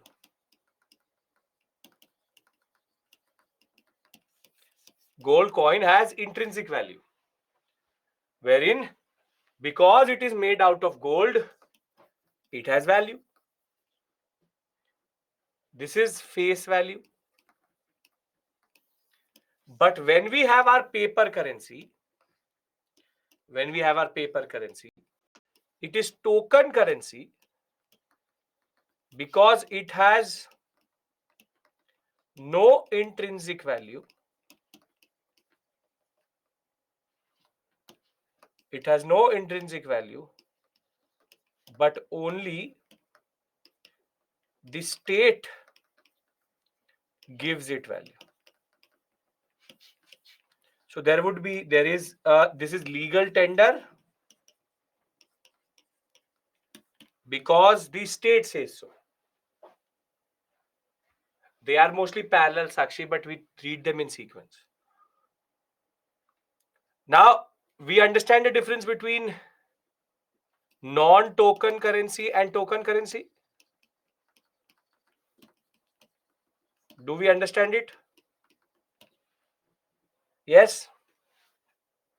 Yes, no, I have to say something because that is what it is based on.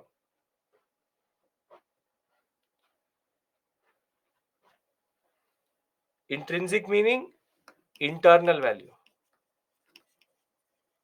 It is gold, that is why it is valuable.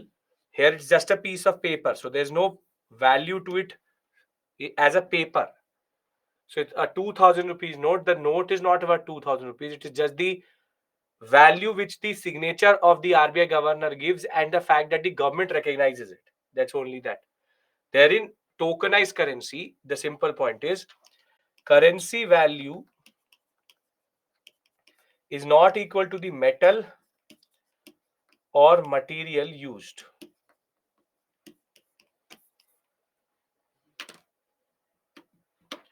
Okay, now what I've taught is just one thing, which is token currency have no intrinsic value, non-tokenized currency have intrinsic value. Now, in the 14th century, there was a major shortage of silver in the world. And this is something which is standard. It was because of the fact that the mines which are already available were basically running down and new ones had not been found. So it's not just India, everywhere silver supply was problematic. Now he has two coins, a Tanka silver coin, and he has one which is called Jittal, which is a copper coin. Now the problem is that producing Tanka was very, very difficult. One Tanka used to be, for example, 8 Jittal, for example. Now one Tanka was becoming 16 or 20 Jittal. So basically, the value was increasing. Here there is intrinsic value because silver gives this value, copper gives the value. So these are non-tokenized currencies. But the problem is silver prices are going up. There's an appreciation in that sense. But the point is that he has to find a solution. He has to find a solution. If not, producing Tanka or minting Tanka would become very difficult. So the solution which Muhammad bin Tughlaq came up with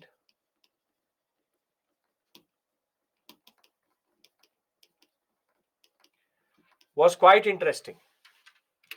And the solution is that he introduced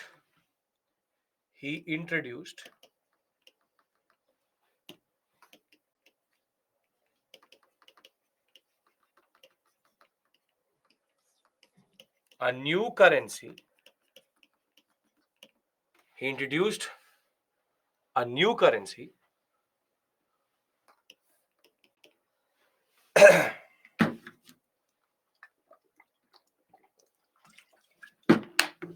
wherein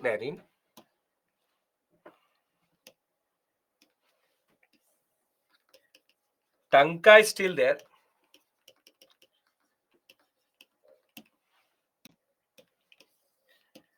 Jittal is still there. But the real thing which he did was he introduced a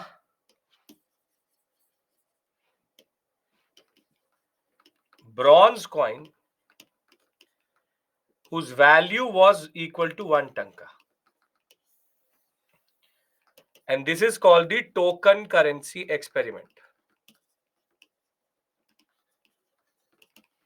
Basically, now there are two coins, one a bronze and the other one a silver, which is equal to 1 Tanka.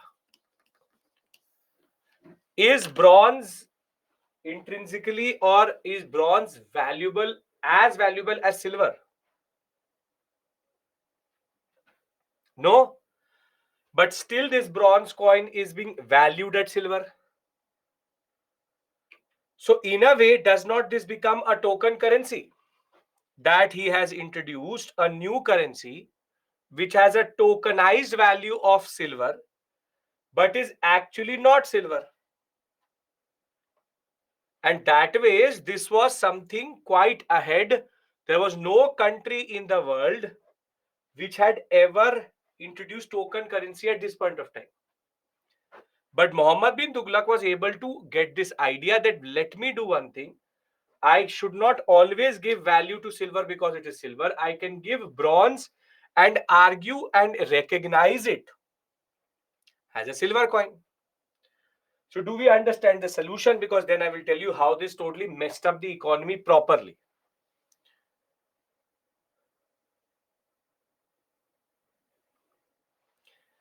And the problem was in execution.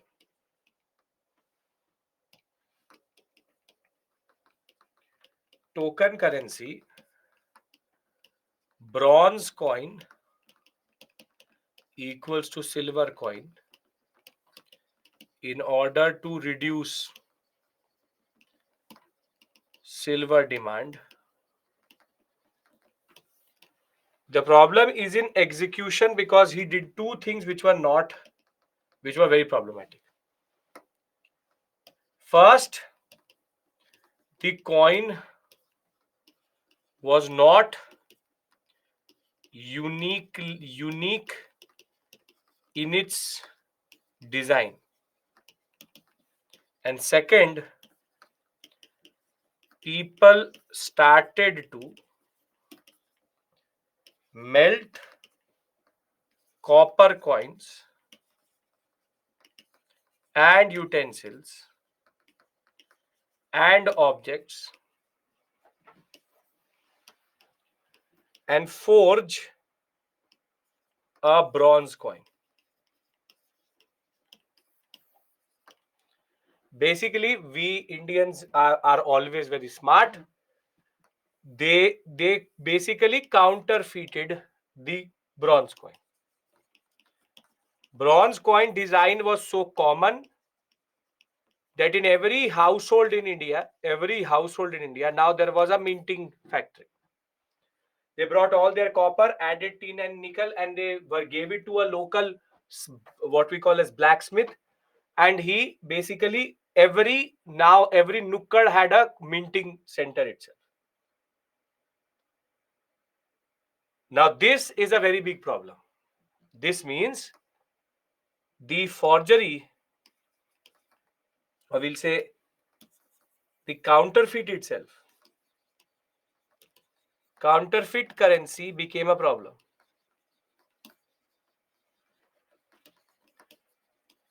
But this is the only first problem. Now, can I tell you what counterfeiting does? It will do two things. Buy fake coins. Firstly, supply of copper will fall.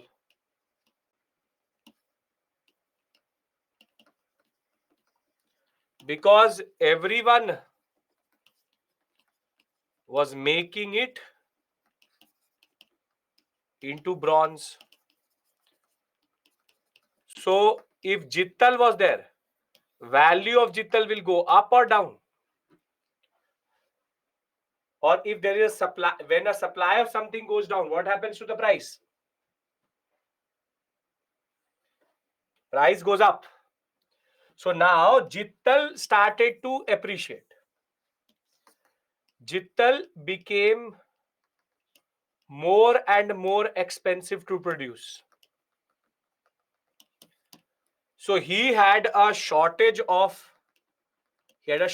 silver, and he's now artificially created a shortage of bronze,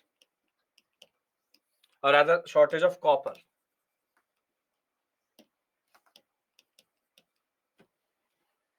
This is the first dumbness.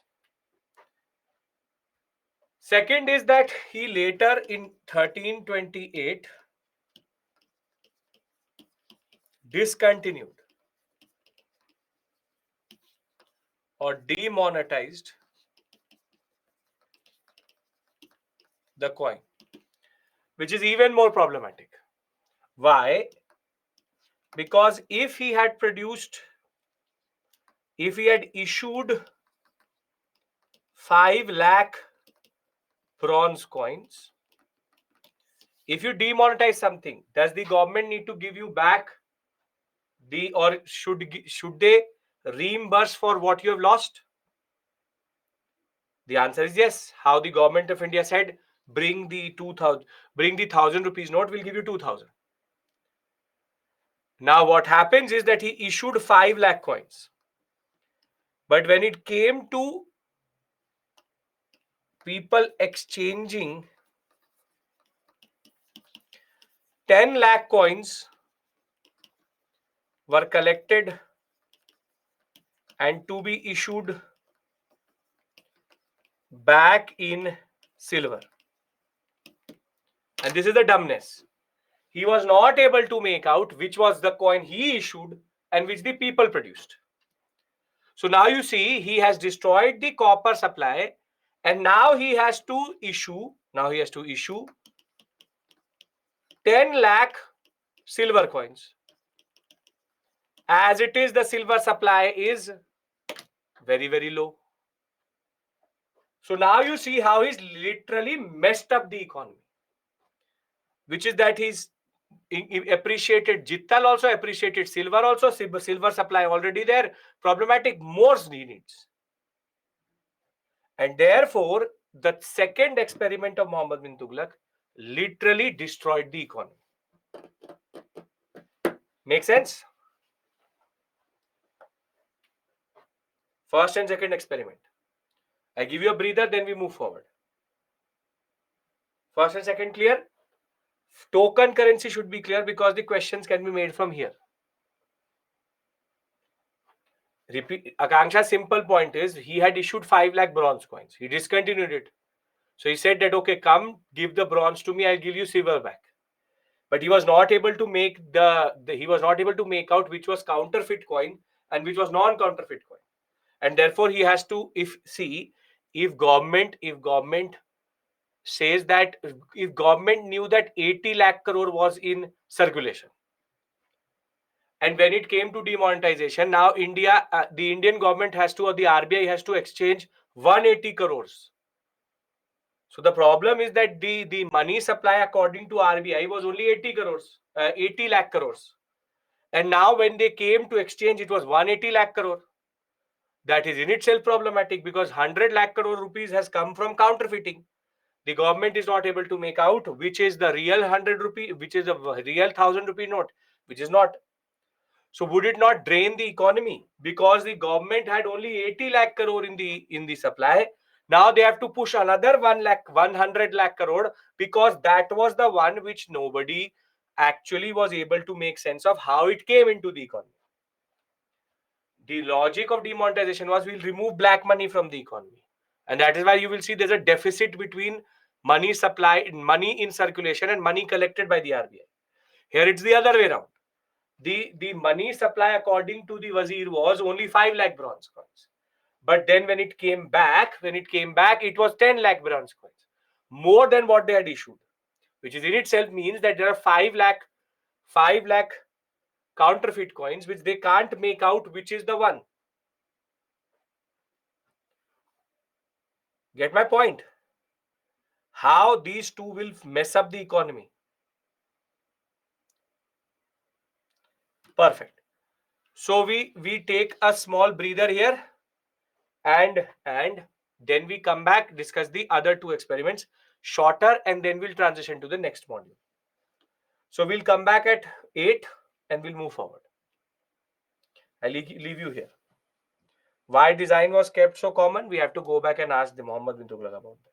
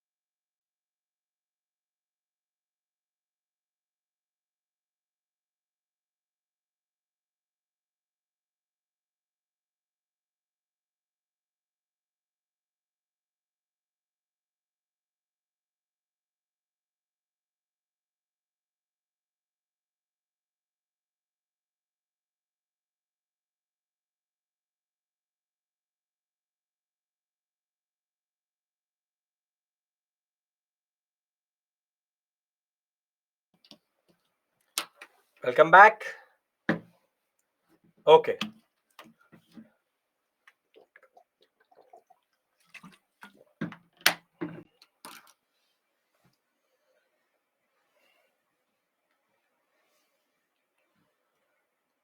Now,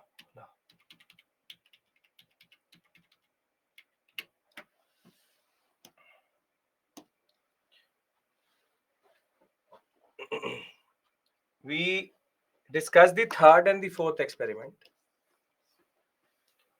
Now, the first two are more impactful in the sense 1327,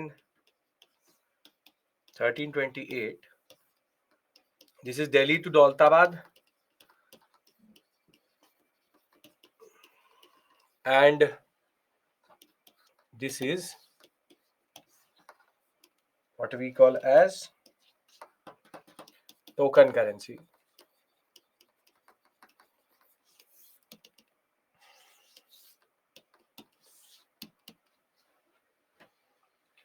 And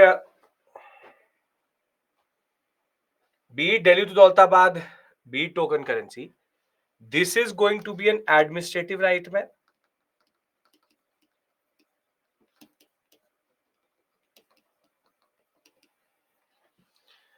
And token currency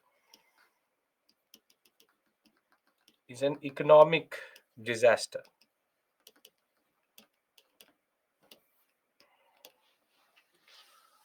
We can call it creates economic issues. Now comes the 1329 and 1330. First is called the Khurasan expedition. Now the Khurasan expedition is very straightforward. Khurasan, after getting defeated by Tamr Shirin, Khurasan is a place in Central Asia in Afghanistan. Muhammad bin Tughlaq says, I want to now hold Khurasan so that the Mongol threat is totally in control and I will attack Khurasan and preemptively hold it. Good thought. Good idea. And he says that for that I will raise a 5 lakh army so as to attack Khurasan. That is also okay. However, he did not do no market reforms.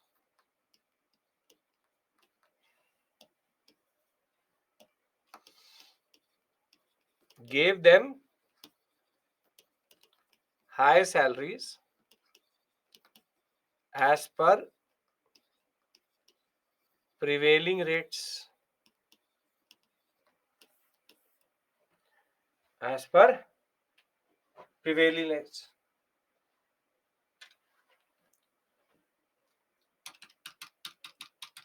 And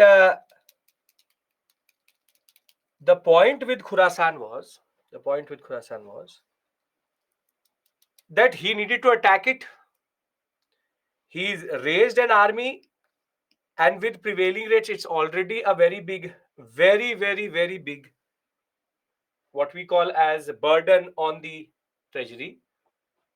But now when this 5 lakh army has been raised, Muhammad bin Tughlaq was asked by his general, when will we attack Khurasan? He said, we'll do it next month. That's the right time to go. So they waited one month. Thereafter, again the general came and said, it's been a month. When are we attacking Khurasan? He said, next month I have some work. I'll do it next month. Exactly how UPSC aspirants do when it comes to preparation. Next month I will complete current affairs for sure. Same way, he kept on saying, next month. Every month he was asked by his generals, when are we attacking Khurasan? The 5 lakh army is waiting. He said, we'll wait. We'll wait. The temperature is too hot in Delhi right now. We'll leave next month. It was raining too much. He did not like the food that day.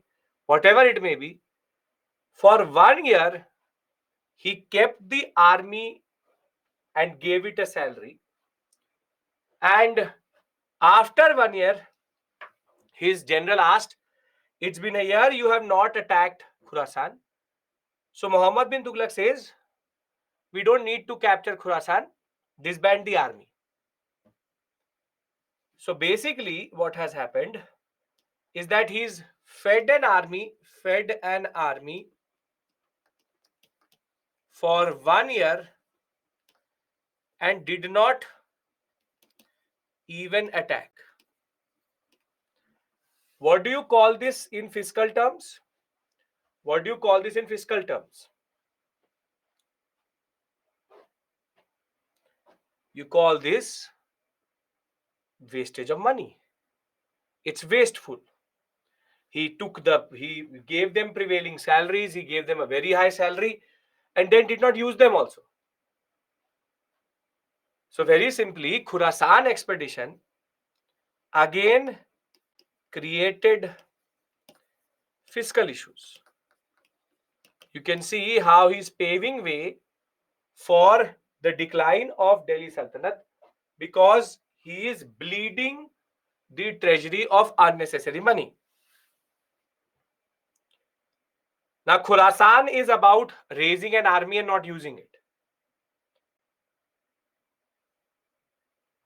Karachil, which is the next one,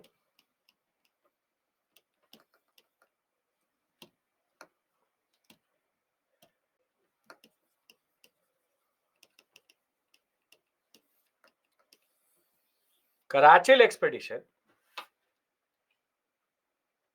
is even more problematic. Here what he does, Karachil is in the Kumaon Hills in Himachal Pradesh. There's no Himachal Pradesh, but the Kumaon Hills. And one random day, Muhammad bin Tughlaq wakes up and he says that the Chinese are coming from the Himachal Pradesh sector. And they will enter from the place called Karachil. And we need to send our forces there. Because if we do not, then we will be lost to the Chinese. And there's a very important horse trade which is happening in the Karachil sector. We need to capture it. We need to stop it. There's no horse trade there, first thing. There is no Chinese trade there. And more than that, there were no Chinese coming from that area because crossing the Himalayas from that sector is very, very difficult. And what he did was that he sent an army of 75,000 men to Karachil, but forgot one thing. In the winters, you need to send them with winter clothing. He sent all of them without winter clothing, sent close to 75,000 men, and only 10,000 returned back after sitting there for 5 months in the winters, having seen nothing and dying of cold itself. And this is basically his Karachil expedition, which is again, this is not an exchequer issue, this is an administrative and military blunder. These four together are called the 4 experiments of Muhammad bin Tughlaq, which one after the other destroyed the empire. Make sense?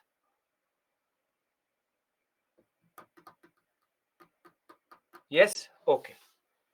Now, let's sorry. Let's understand this through the whole economy part and Karachil from the PPT. First is the market reforms of Alauddin Khilji. We already discussed it. I'm going through it with you through the PPT, the theory part, as you said. So, other than upward mobility, cloth of very fine quality, generally very well produced in Gujarat and all, was being traded by the Delhi Sultanate outside India also. So Nargaon in Bengal was known for silk and later cotton cloth or muslin. Handicrafts and all was also done. And new types of crafts were also introduced, and specifically architecture was introduced by the Turkish sultans, which we will discuss in art and architecture. The market reforms was based on the idea of the Mongol threat. In a series of orders after his return from the Chittor campaign, Alauddin sought to fix the cost of all commodities. For the purpose, he set up 3 markets in Delhi: one for food grain, second for costly cloth, third for horses, slaves, and cattle. Each market was under the control of high officers called Shehnai Mandi, and spies called Barid acted as oversight in that regard. Thereafter, he declared that the land revenue in the Doab, that is the area between Meerut and Kara in Allahabad, was to be directly paid to the state. So basically, they increased the Kharaj area. The land revenue was raised to half of the produce. Peasants were forced to sell their fruit grains at a very low cost to Banjaras, who were to carry them to towns and sell them to the state at a fixed cost. To ensure that there was no hoarding, all Banjaras were registered and their agents and their families were held collectively responsible for any violations. Now comes the second, which is Muhammad bin Tughlaq 4 experiments. Transfer of capital from Delhi to Daulatabad failed. North India became too unstable. Second is called token currency. He introduced bronze coins, which were to have the same value as silver coins, but the coins were forged and greatly lost value in the market by in 1328 itself. Though they all happened parallelly, we give them sequential date, but they happened parallelly actually. Then you have the Khurasan expedition, which is expedition to Khurasan, army raised but not used. Wasted treasury and resources. And the last is Karachil expedition, Chinese incursions into the Kumaon Hills, and no incursion, no horse trade, ill-founded, and lost a lot of men to the Himalayan cold.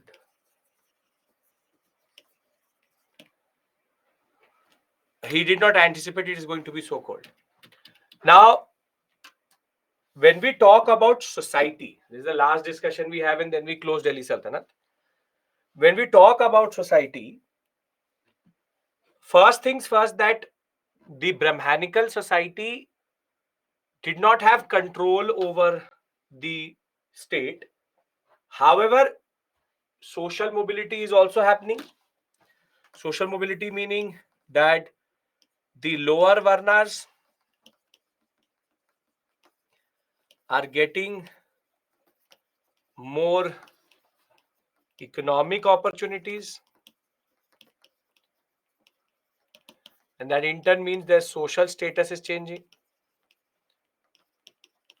But for the women, it was again a very problematic period. For the women, it was also a very problematic period because women in Hindu society now were controlled even more. In Islam, parda and social exclusion of women already existed. It is a very progressive thing when it comes, progressive religion when it comes to women. Now, these things are absorbed by Hinduism, and parda becomes veiling, which is called the Ghunga tradition, and now women's access to the public sphere becomes even more problematic. Wherein, if women had even 10% access to public sphere, now because women are indicators of civilization of two religions, of two cultures, they were kept apart from each other and from the public sphere itself. And therefore, though there's a cosmopolitan nature in Delhi, though there's an amalgamation of lot of cultures, the position of women in Hindu society became even worse. Early marriages for girls, the concept of patriarchy becomes even more problematic. And therefore, the impact of Delhi Sultanate may have been good on lower varnas and the lower caste itself. But for women, it was even more problematic because they were totally cut out of the public. They only had access to private. And that is something which, in the long run, impacts their development as a social category. So, with this, the last thing which I will discuss and then consolidate Delhi Sultanate is a very interesting table which is given in the NCERT. Now, this is a very good example of how governance matters and how administrators' decisions matter. It's a very good ethics type question. Very simply, see, both Alauddin Khilji and Muhammad bin Tughlaq had the same issue, which is Mongols. Alauddin Khilji was also attacked by Dawa Khan and Kutluk Khwaja. Muhammad bin Tughlaq was also attacked by Tamrashiri. Both constructed new cities. One is Siri, the other one is Tughlaqabad and Adilabad. Both raised an army which was to be standing army. But whilst Alauddin Khilji did market reforms, he did not do anything. Rather, at the same point of time, introduced token currency. And therefore, whilst Alauddin Khilji was able to stop the Mongols, Muhammad bin Tughlaq was not very successful. And you can see, same resources, same empire, everything same. Still, Muhammad bin Tughlaq does not succeed because his governance strategy was problematic.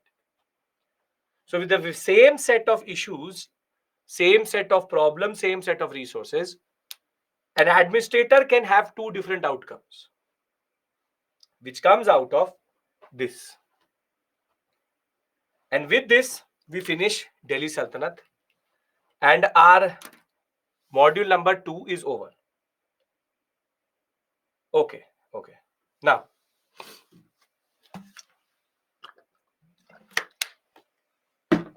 Now pay attention to what I'm doing here. Lodis, as I told you, Sayyads and Lodis are called pre-Mughal polities. Sayyads had nothing to do with the Delhi Sultanate. In 1398, Timur will come, which I will discuss with you tomorrow, and he will nominate Khiz Khan as the next ruler. And for a brief period, we were part of the Timurid dynasty or Timurid empire. And therefore, Sayyads have nothing to do with Delhi Sultanate. So half of the books will add Sayyads and Lodis. Even one of the questions which has been asked in the mock, or even the question which sometimes your sectional test will ask you, if they say Sayyads Lodis part, go with it. But technically they aren't. Technically Sayyads Lodis aren't. In the examination, if you have an option in which Sayyads Lodis are part of it, go with it. But then again, the examiner is using very old books which don't understand the difference between Timur not being a part of the Delhi Sultanate. Tughlaqs were part of the Delhi Sultanate, Khiljis were a part of the Delhi Sultanates, and Mamluks established it. Sayyads had nothing to do. Sayyads came with Timur. So very simply, I know Tamil Nadu board will also say Sayyad and Lodi, but it is not correct. Old style NCRTs, Satish Chandra would argue, even Satish Chandra at one point in time does not argue. Simple point is Sayyads and Lodis are not part of Delhi Sultanate as per academic concept, but as you know, standard things which you will read, it will say Sayyad Lodis, but it isn't. But go with it. You go with it, but it isn't. It's principally wrong. It is principally wrong because this is 1414, this is 1450. And we take between 1398 to 1414, Delhi Sultanate did not exist. Mahmud Tughlaq was already dead, and if it was Timur who were managing Delhi. And thereafter, Khiz Khan will be nominated by Timur, and Delhi Sultanate had only shrunk to just 50-60 kilometers of Delhi. We'll have that discussion tomorrow. If the examination UPSC also says go with it that Delhi Sayyads Lodis are, but they aren't actually. Timur, I will tell you who he is and everything tomorrow. Don't worry about it. Now, what I want to do is I want to basically consolidate. See, in if you look at Delhi Sultanate itself, there are 4 aspects or 5 aspects. One is political history, which generally questions have not come. Thereafter, you have ICTA administration, from where questions are coming, market reforms, from where again questions are coming, and last but not the least, from where the questions are again coming, which is the concept of 4 experiments. Other than that, everything else which you will read in Satish Chandra and all is maybe interesting but not relevant. If you can manage all of this, we'll break for today.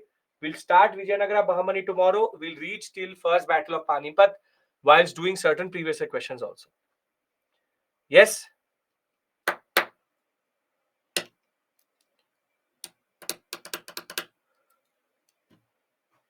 Yes.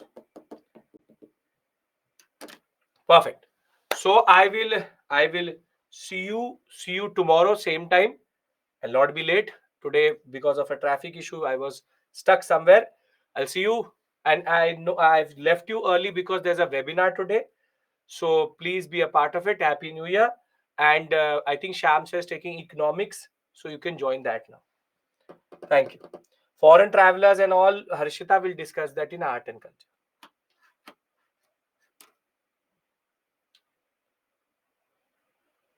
Okay. See you.